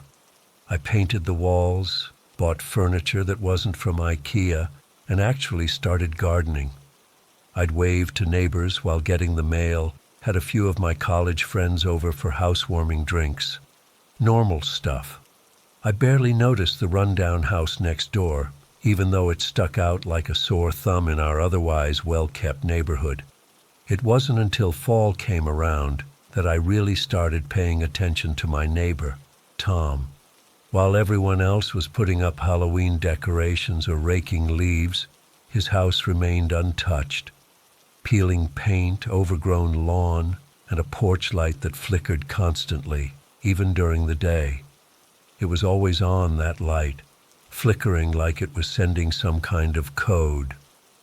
The first time I actually saw Tom was when I was bringing groceries in from my car. He was just standing there at the edge of his property watching me, not doing yard work or checking mail, just watching. He was tall and thin with this sunken face that made his eyes look too big for his head. I gave him a quick wave, trying to be neighborly, but he didn't wave back. He just stared with these cold gray eyes that seemed to follow my every move. After that, I started noticing him more often. Sometimes when I'd leave for work in the morning, he'd be standing at his window, the curtain pulled just slightly to the side. Other times, I'd come home and catch glimpses of him disappearing into his house, like he'd been waiting for me. His house was always dark, like unnaturally dark. Even on the brightest days, it looked like a black hole sitting in the middle of our sunny neighborhood. That's when the scratching started. The first night I heard it, I thought it was just a tree branch against my bedroom window. It was rhythmic, almost deliberate. Scratch, scratch, scratch, pause, scratch, scratch, scratch, pause. I got up to check, but there was no tree anywhere near my window. I checked all the windows in the house, nothing. Figured it might be the house settling or maybe mice in the walls, though the inspector hadn't mentioned any pest issues when I bought the place. The next night, the scratching came back. Same pattern, same timing, always starting around 2 a.m. I'd wake up from dead sleep to that sound, like fingernails dragging across glass. I tried earplugs, but somehow I could still hear it, like the sound was inside my head rather than outside my window. After a week of this, I was exhausted. Dark circles under my eyes, jumping at every little noise at work. That evening, coming home late after staying at the office to catch up on the work I'd been too tired to focus on, I saw Tom standing in his yard. It was almost midnight, no lights on anywhere, but he was just standing there in the darkness, facing my house. When my headlight swept across his face, I saw it. This wide, unnatural smile that stretched too far across his face. Not a friendly smile. Not even a normal, creepy smile. It was like he was wearing someone else's smile, if that makes any sense. I hurried inside, double-checking all my locks. That night, the scratching was louder, more insistent. I could almost feel it vibrating through my mattress. The next morning, I decided enough was enough. I'd been raised to handle things directly, so I marched next door to talk to Tom. I rehearsed what I'd say, something non-confrontational about noise at night and how thin the walls between our houses must be. But when I knocked on his door, the hollow sound echoed like the house was completely empty. After knocking 3 times, the door finally opened, just a crack. Tom stood there, his tall frame hunched to look out at me. Up close, his skin had this waxy quality, like it didn't quite fit right on his face. "Can I help you?" His voice was surprisingly soft, almost gentle. I explained about the scratching, trying to sound casual. "I was wondering if maybe you've been hearing it too, or if you know what might be causing it." Tom's face remained completely still as I spoke, that same empty smile frozen in place. "Scratching? No, I haven't heard anything like that." His eyes never blinked, not once. "Old houses make all sorts of noises, though. I'm sure it's nothing to worry about." There was something in the way he said it, this rehearsed politeness that felt hollow, like he was reciting lines he'd practiced. Before I could say anything else, he added, "I'm very quiet. I make sure not to disturb my neighbors. Perhaps it's coming from inside your own walls." Then he closed the door. No goodbye, no "nice to meet you." Just the soft click of the lock. That night, the scratching changed. It wasn't just at my window anymore, it seemed to be inside my walls. I could hear it moving, traveling from the living room to the hallway to my bedroom. Scratch, scratch, scratch against the drywall, like something was trying to claw its way through. I turned on all the lights and checked every inch of my walls, but there were no marks, no sign of anything that could make that noise. I called an exterminator the next day, but he found nothing. No rodents, no insects, nothing that could explain the sounds. He even checked the shared wall between my house and Tom's, but said everything looked normal. "Sometimes these old houses just make noise," he said, echoing Tom's words exactly. That coincidence sent a chill up my spine. The following night was quiet. Too quiet. I almost missed the scratching because at least then I knew where the sound was coming from. This silence felt like holding your breath, waiting for something to happen. I managed to fall asleep around midnight, exhausted from weeks of disrupted sleep. I woke up at exactly 3:12 a.m. The red numbers on my alarm clock burned in the darkness. At first, I didn't know what had woken me. Then I heard it, a woman's voice, so faint I thought I was dreaming it. "Help me, please help me." It seemed to be coming from somewhere inside my house. I froze, my entire body going rigid with fear. I lived alone. There should not be a woman's voice in my house at 3 a.m. "Hello?" I called out, my own voice trembling. No response. I reached for my phone to call 911, but before I could dial, I heard footsteps in the hallway outside my bedroom. Slow, deliberate steps, like someone taking their time, knowing I could hear them. I've never been so terrified in my life. I couldn't move, couldn't breathe. The footsteps stopped right outside my door. I stared at the crack beneath it, waiting to see a shadow, some indication of who or what was on the other side. Nothing. After what felt like hours but was probably only minutes, I worked up the courage to get out of bed. I grabbed the baseball bat I'd started keeping beside my bed and slowly opened my bedroom door. The hallway was empty. I checked every room, every closet, under every piece of furniture. Nothing was disturbed, no doors or windows were open. My house was completely secure and completely empty except for me. Shaking, I went to the window and looked out at Tom's house. For the first time since I'd moved in, every light in his house was on. The contrast to its usual darkness was jarring.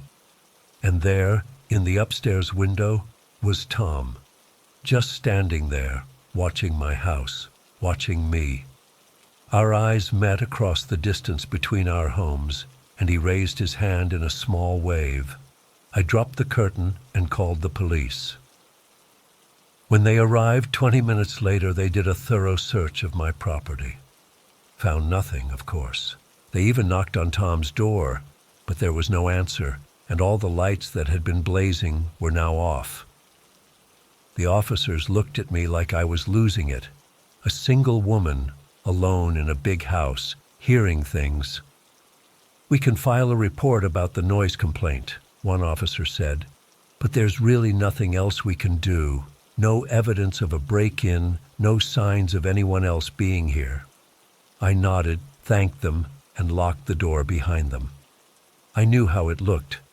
I was starting to wonder myself if I was cracking under the stress of home ownership or work or something else entirely. I didn't sleep the rest of that night.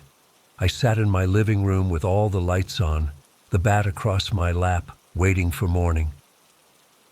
As the sun began to rise, I noticed something on my living room wall, a small scratch about 3 feet up from the floor. I was certain it hadn't been there the day before. I ran my fingers over it, feeling the groove in the paint. That morning, I called in sick to work and went to the county records office. I didn't know what I was looking for exactly, but I needed to know more about Tom, about his house. The clerk helped me pull property records, and I discovered Tom had owned that house for over 40 years. The strange part was, he didn't look old enough to have owned a house for that long. He looked maybe 50, not 70 or 80. I also found a series of noise complaints filed against the previous owner of my house, complaints made by Tom. All of them described disturbing scratching noises coming from my house, using almost the exact words I'd said to him. My stomach dropped. This couldn't be a coincidence. On my way home, I stopped at a local hardware store and bought new deadbolts for every door, window locks, and a security camera for my front porch. The guy at the store gave me a knowing look as he rang me up. "Moving to the Crawford Street area?" he asked. I nodded, surprised. "How did you know?" "Get a lot of folks from there buying security stuff, especially the houses near old Tom Jenkins' place." He lowered his voice. "People don't tend to stay in that house of yours very long." I wanted to ask more, but another customer came up behind me, and the moment passed. By the time I got home, it was late afternoon. I spent hours installing the new locks, jumping at every sound. As darkness fell, I set up the security camera and checked it was working properly. Then I sat in my living room, lights on, waiting. Around midnight, I noticed that the scratch on my wall had grown longer. I hadn't touched it, hadn't done anything that could have extended it, but now it ran almost the entire length of the wall. I touched it again, and my finger came away with a small drop of something dark and sticky. Not paint, not anything that should be inside a wall. I was packing a bag, planning to go to a hotel, when the scratching started again. But this time, it wasn't just scratching. It was a full-on scraping, like something large and heavy being dragged across the floor above me, except I didn't have an upstairs. The sound seemed to be coming from Tom's house through our shared wall, but it resonated through my entire home like it was happening everywhere at once. Then the lights went out, all of them at the same time. Even my phone died instantly. The darkness was absolute, suffocating. In that perfect darkness, I heard the woman's voice again, clearer this time. He knows you can hear me. He always knows. I was frozen in place, my heart beat so loud I could hear it in my ears. Who are you? I whispered into the darkness. Everyone who's lived in your house, the voice responded, now sounding like multiple voices speaking in unison. Everyone who's heard the scratching. The scratching grew louder, faster, more frantic. It was coming from inside every wall now, the ceiling, the floor, like dozens of hands clawing to get out. Then silence, complete and sudden, like someone had hit a mute button on the world. In that silence, I heard my front door unlock. I hadn't given anyone a key to the new locks. No one should have been able to open that door. Footsteps in my entryway. Slow, deliberate. The same footsteps I'd heard in my hallway the night before. I couldn't move, couldn't scream, could barely breathe. The footsteps came closer into my living room where I sat paralyzed on the couch. I could feel a presence standing right in front of me, but in the pitch darkness, I couldn't see anything. Something cold touched my cheek. A hand, but wrong somehow. The fingers too long, the skin too smooth, like plastic rather than flesh. Now you're hearing it too, Tom's voice whispered, right against my ear, just like all the others. The lights came back on suddenly, blindingly bright. I was alone in my living room. The front door was still locked, deadbolt secure. No sign anyone had been there.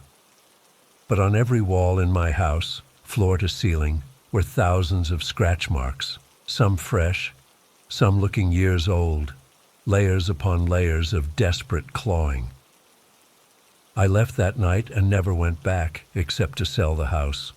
I didn't take anything with me, just got in my car and drove until I couldn't drive anymore.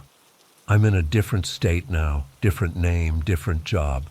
But sometimes, late at night, I still hear the scratching. And sometimes, when I look out my window, I see a figure standing under a flickering light, watching my apartment with that same unnatural smile. I think Tom was never just my neighbor. I think whatever he is, it follows anyone who hears the scratching, and I don't think I'll ever be free of it. The scratch marks I found on my bathroom wall this morning prove it. I still can't sleep right after what happened 3 months ago. I've tried talking to friends about it, but they think I'm just paranoid or making stuff up. I'm not. I know what I saw that night, and I know what's been happening since. I need to get this off my chest because it's eating me up inside. I was 19 when I took the job at the Sunoco gas station just off Highway 16. It's one of those places that's literally in the middle of nowhere, about 15 miles from town, with nothing but dense woods surrounding it. Most people would hate working somewhere so isolated, especially on the night shift, but I actually liked it.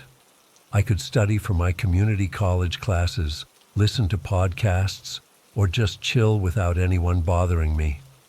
Plus, the pay was decent, and my manager Jake was pretty cool about letting me handle things my way. That night started like any other.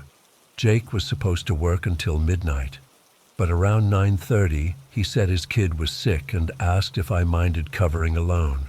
No big deal. I'd done it before, and weeknights were always dead anyway. By 11 p.m., I'd only had a handful of customers, mostly truckers passing through.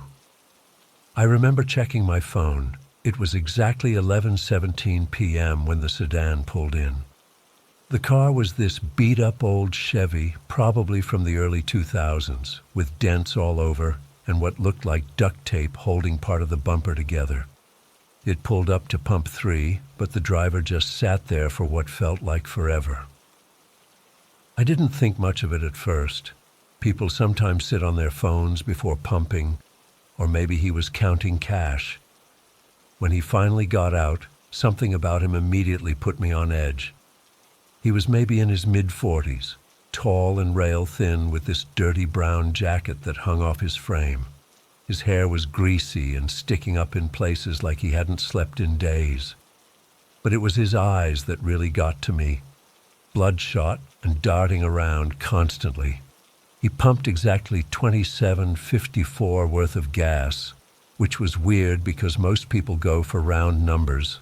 As he walked toward the store, I noticed how he kept looking over his shoulder, scanning the tree line behind the station. When he came in, the electronic bell chimed, and he actually jumped like it had shocked him. He grabbed a Red Bull and a pack of Marlboros, then approached the counter. "Just these and the gas on 3, he mumbled, his fingers drumming nervously on the counter. While I rang him up, I felt this sudden drop in temperature. We always kept the store pretty warm, especially in October when this happened. But suddenly, I could see my breath. The guy noticed it too, because he stopped his tapping and went completely still. "You feel that?" he whispered, not really asking me, but more like confirming something to himself. I nodded, and that's when I realized the fluorescent lights overhead were buzzing much louder than usual. The pitch kept rising until it was almost painful to hear. The man's eyes widened, and he snatched his purchases from the counter the second I finished the transaction. "Lock your doors," he said, backing away. "Don't go outside." Before I could ask what he meant, he was gone, practically running to his car. But here's the thing. He didn't leave. I watched through the storefront windows as he got into his sedan, but just sat there, staring straight ahead at first, then slowly turning to focus on the woods behind the station. I grabbed my phone to text Jake, feeling stupid but genuinely freaked out. That's when I first heard it, a rustling sound from the edge of the woods. It wasn't the wind, it was too rhythmic, too deliberate. I moved closer to the window, squinting to see better in the darkness beyond the bright station lights. That's when I saw it for the first time. Between two tall pines at the edge of our property, something moved. At first, I thought it was just shadows playing tricks, but then it shifted again.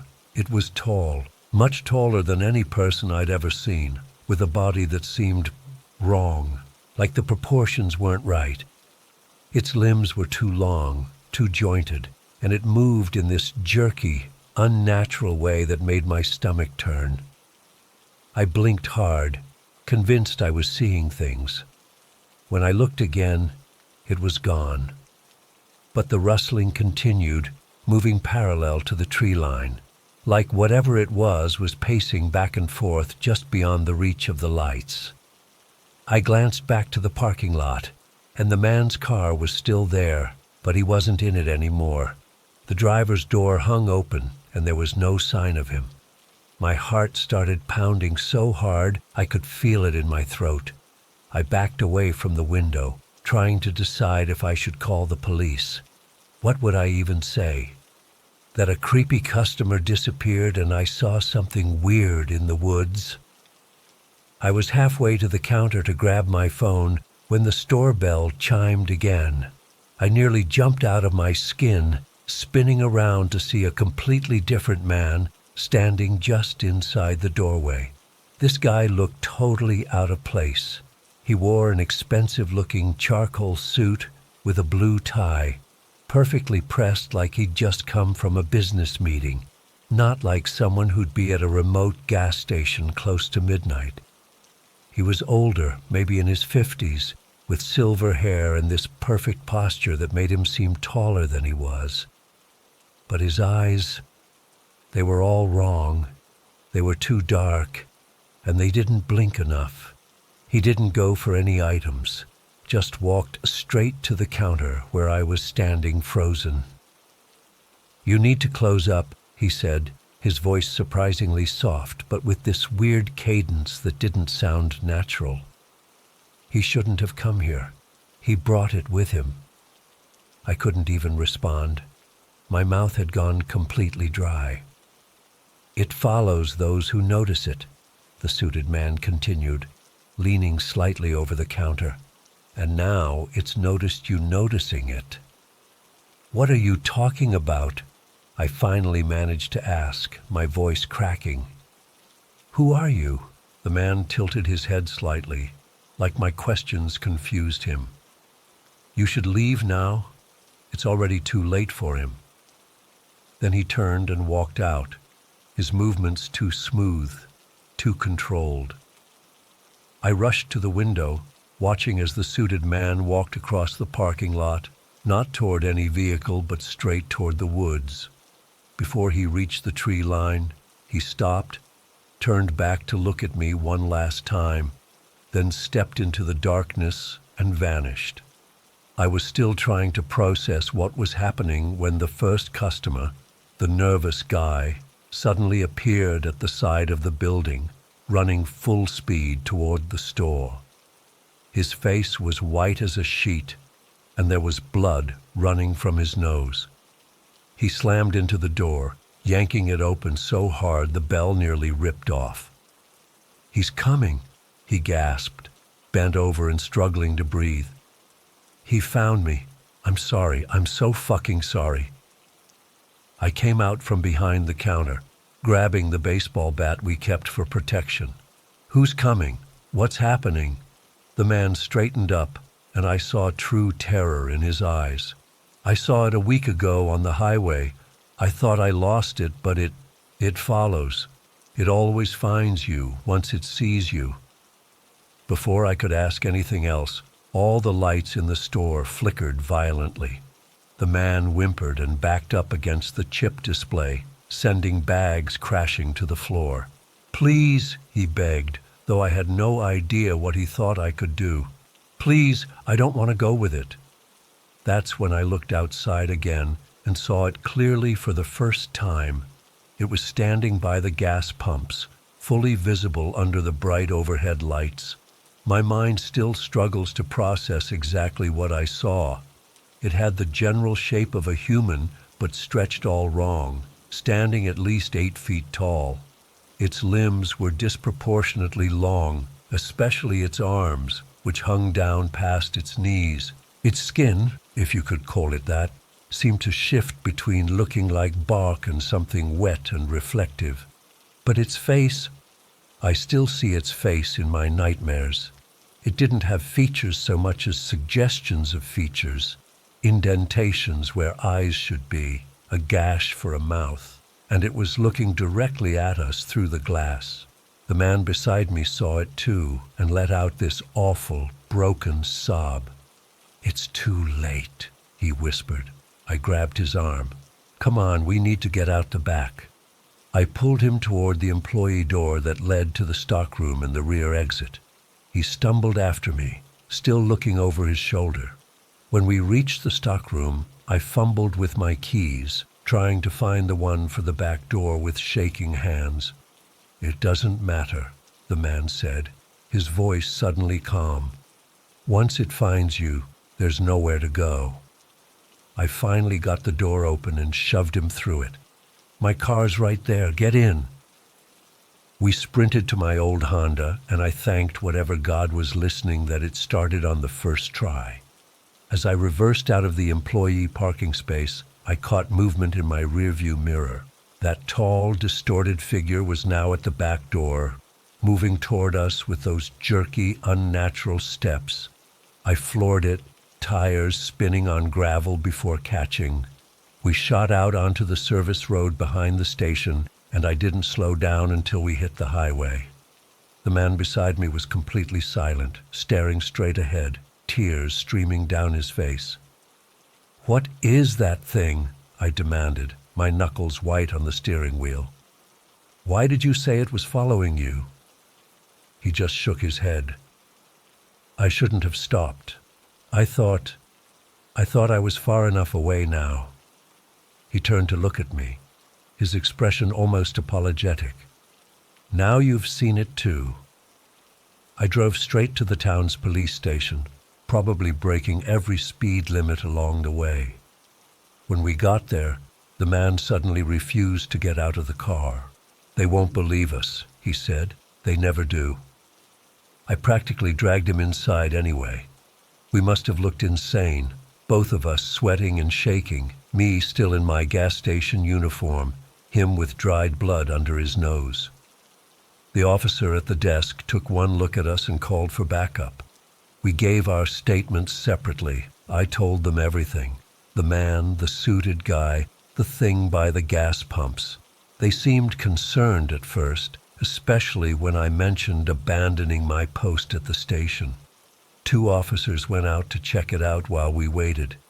When they came back, everything changed.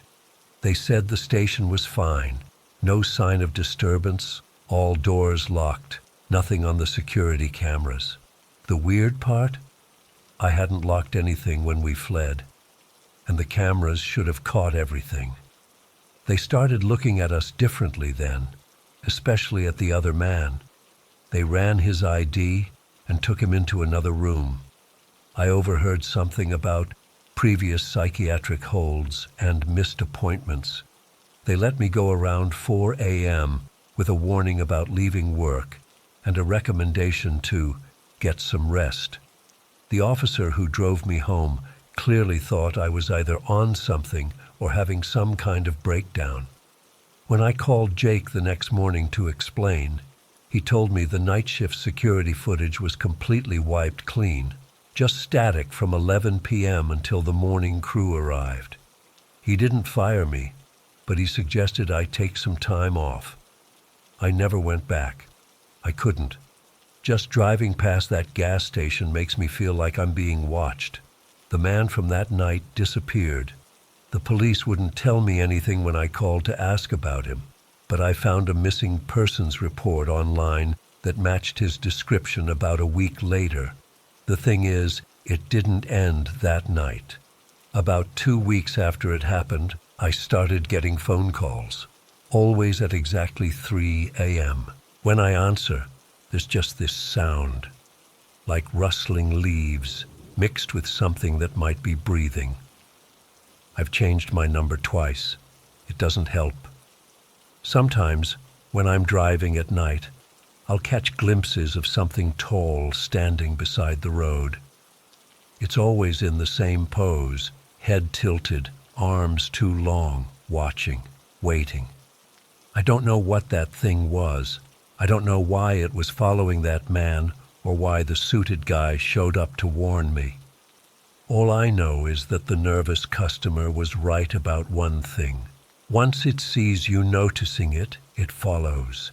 And I think it's still following me.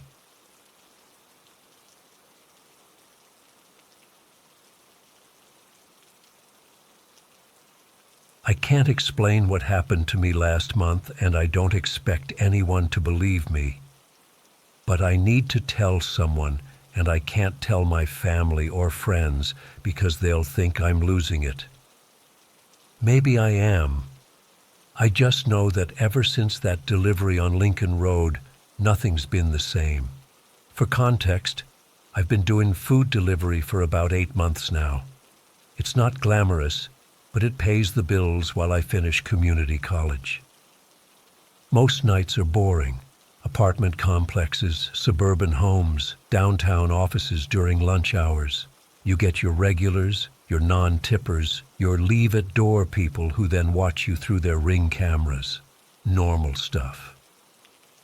April 17th started like any other Tuesday night shift. I had done maybe 7 or 8 deliveries, mostly burgers and some Thai food.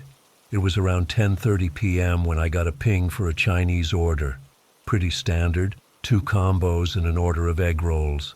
The app showed the drop-off at an address on Lincoln Road, which was weird because I almost never get orders from that area. It's this older part of town that's been declining for years.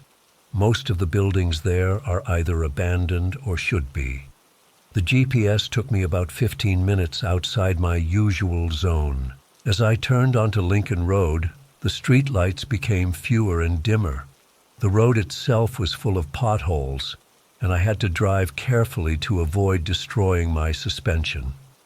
I remember thinking the delivery fee wasn't worth the wear on my car, but I wasn't about to cancel and mess up my acceptance rate. The address led me to this old 5-story apartment building that looked like it should have been condemned years ago. It was this dirty brown brick structure with most of the windows dark. A few had these dim yellowish lights behind curtains, but most were just black squares in the night. The building didn't even have a proper sign, just faded numbers above the entrance, 1433. I parked on the street and grabbed the food bag. As I approached the building, I noticed the front door was hanging loosely on its hinges. It wasn't fully closed and swung slightly in the breeze. I pushed it open, and it made this awful creaking sound. The lobby, if you could call it that, was lit by a single flickering bulb. The walls were a dingy yellow with huge patches where the paint had peeled away, revealing moldy drywall underneath. The floor tiles were cracked and stained with what looked like years of water damage. The whole place smelled like mildew and something else I couldn't identify, kind of sour and stale. I checked my phone to confirm the apartment number, 3A. Great. 3rd floor in a building that looked like it didn't have a working elevator. I was right. There was an elevator, but an out-of-order sign was taped to it. Looked like it had been there for months, maybe years. As I headed toward the stairwell, I heard a voice from somewhere upstairs. It was thin and strained, like someone who's been sick for a long time. "Delivery, up here, apartment 3A. I nearly jumped out of my skin. The voice seemed to echo through the stairwell, but I couldn't see anyone. "Hello?" I called out. No response. I should have left right then. Every instinct was telling me to get out. But I kept thinking about my rating, about how I needed this job, about how I was being ridiculous. It was just an old building with a weird tenant. Cities are full of them. So I started climbing the stairs. Each step creaked under my weight, and the banister felt sticky under my hand. The stairwell was lit by more of those weak bulbs that barely did anything except cast long shadows that moved as I climbed. The 2nd floor landing was completely dark, and I had to use my phone flashlight to find the next flight of stairs. As I turned the corner to the 3rd floor, the light at the end of the hallway flickered on, as if activated by my presence. The hallway stretched before me with doors on either side. The carpet was this ancient floral pattern, now faded to gray in the middle from years of foot traffic. Most of the apartment numbers were missing or hanging crooked, but I could make out 3A at the far end of the hall. As I approached, I noticed the door to 3A was slightly ajar. Not open, just not fully closed. I stopped a few feet away. "Hello? Food delivery," I called out, not wanting to just walk in. The door swung open on its own with a long, drawn-out creak. I stood frozen in the hallway, staring into the dimly lit apartment. From where I stood, I could see it was sparsely furnished. Just a small table near the door, a worn couch against the far wall, and what looked like a kitchen area to the right. "Come in, put it on the table." The voice came from inside, a woman's voice. It sounded off somehow, like when you hear someone speak through a bad phone connection. Against my better judgment, I stepped into the apartment. The air inside was several degrees colder than the hallway, and it had that same sour smell, only stronger. I quickly placed the food bag on the small table by the door. "Your order's here. The total was already paid online," I said, eager to leave. That's when I saw her. A woman was standing with her back to me near the kitchen area. She was thin, wearing what looked like an old nightgown that hung loosely on her frame. Her hair was long and dark, hanging straight down her back. "Thank you," she said without turning around. "You can go now." I was already backing toward the door when I noticed movement to my left. There was a bathroom there with the door partially open. Something moved in the darkness beyond that door. Something tall. I froze. my eyes fixed on the bathroom door as it slowly opened wider. What I saw there, I still have nightmares about it. It was shaped like a person, but wrong in every possible way. Its limbs were too long, bent at unnatural angles. Its torso was twisted, like the spine had been wrung out like a wet towel.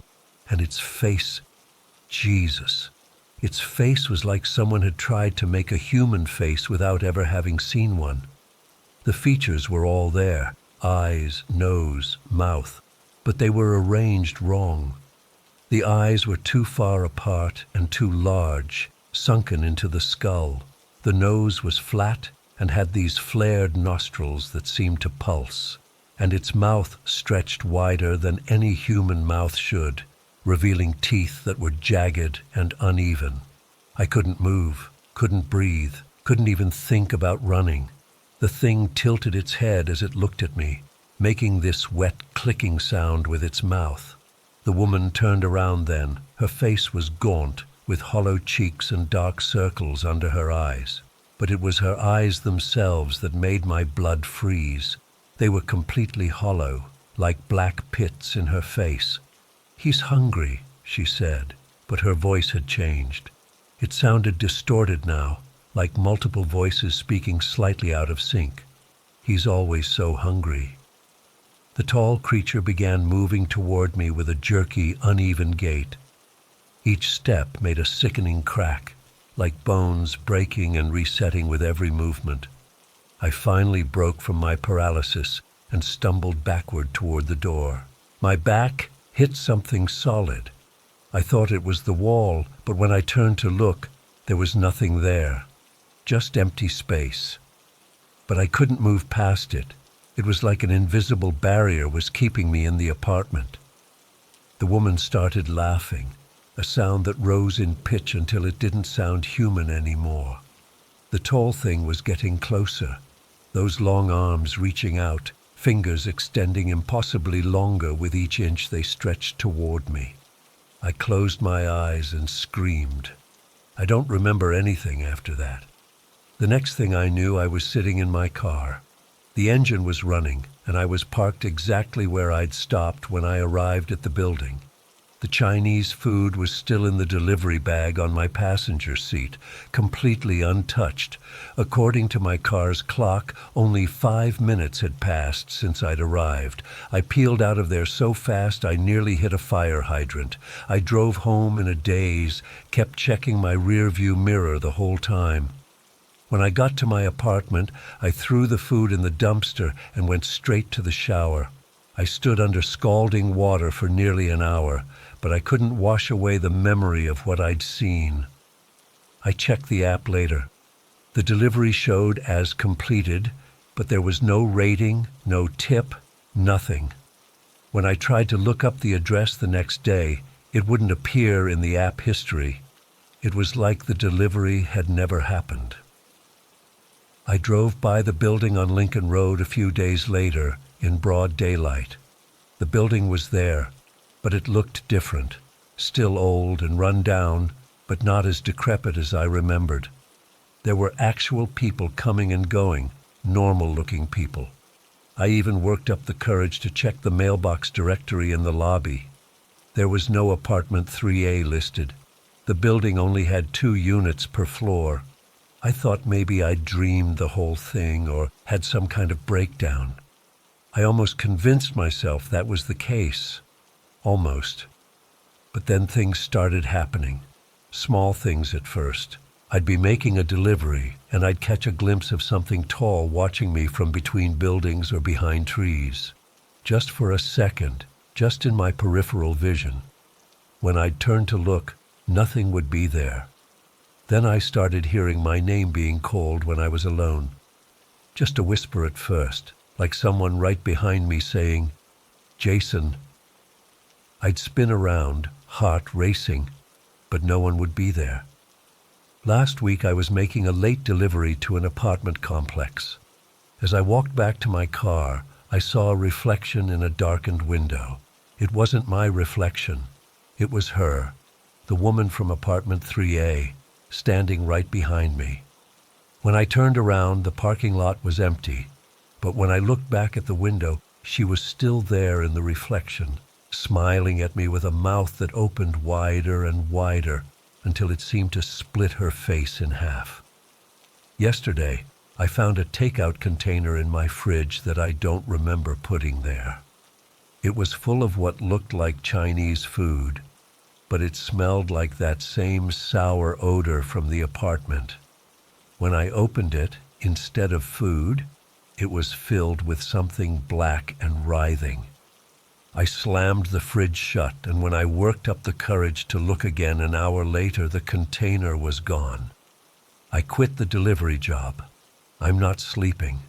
Every time I close my eyes, I see that twisted figure moving toward me with those impossibly long arms.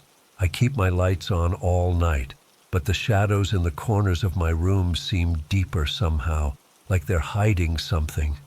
I know how this sounds, but I swear on everything I've ever cared about, this happened. Something followed me back from that building on Lincoln Road, something that shouldn't exist in our world. Last night, I woke up around 3 a.m. to find my bedroom door slowly opening on its own. I couldn't move, couldn't scream. I just watched as a long, bony finger wrapped around the edge of the door, followed by another and another. I squeezed my eyes shut and started counting in my head, a desperate attempt to convince myself it wasn't real. When I opened my eyes again, the door was closed, but there was a wet clicking sound coming from inside my closet. It's still there now. I can hear it as I type this. Getting louder, getting closer. I don't know what to do. I don't know how to make it stop. Whatever was in that apartment that night, whatever wasn't human, it found me. And I don't think it's ever going to leave.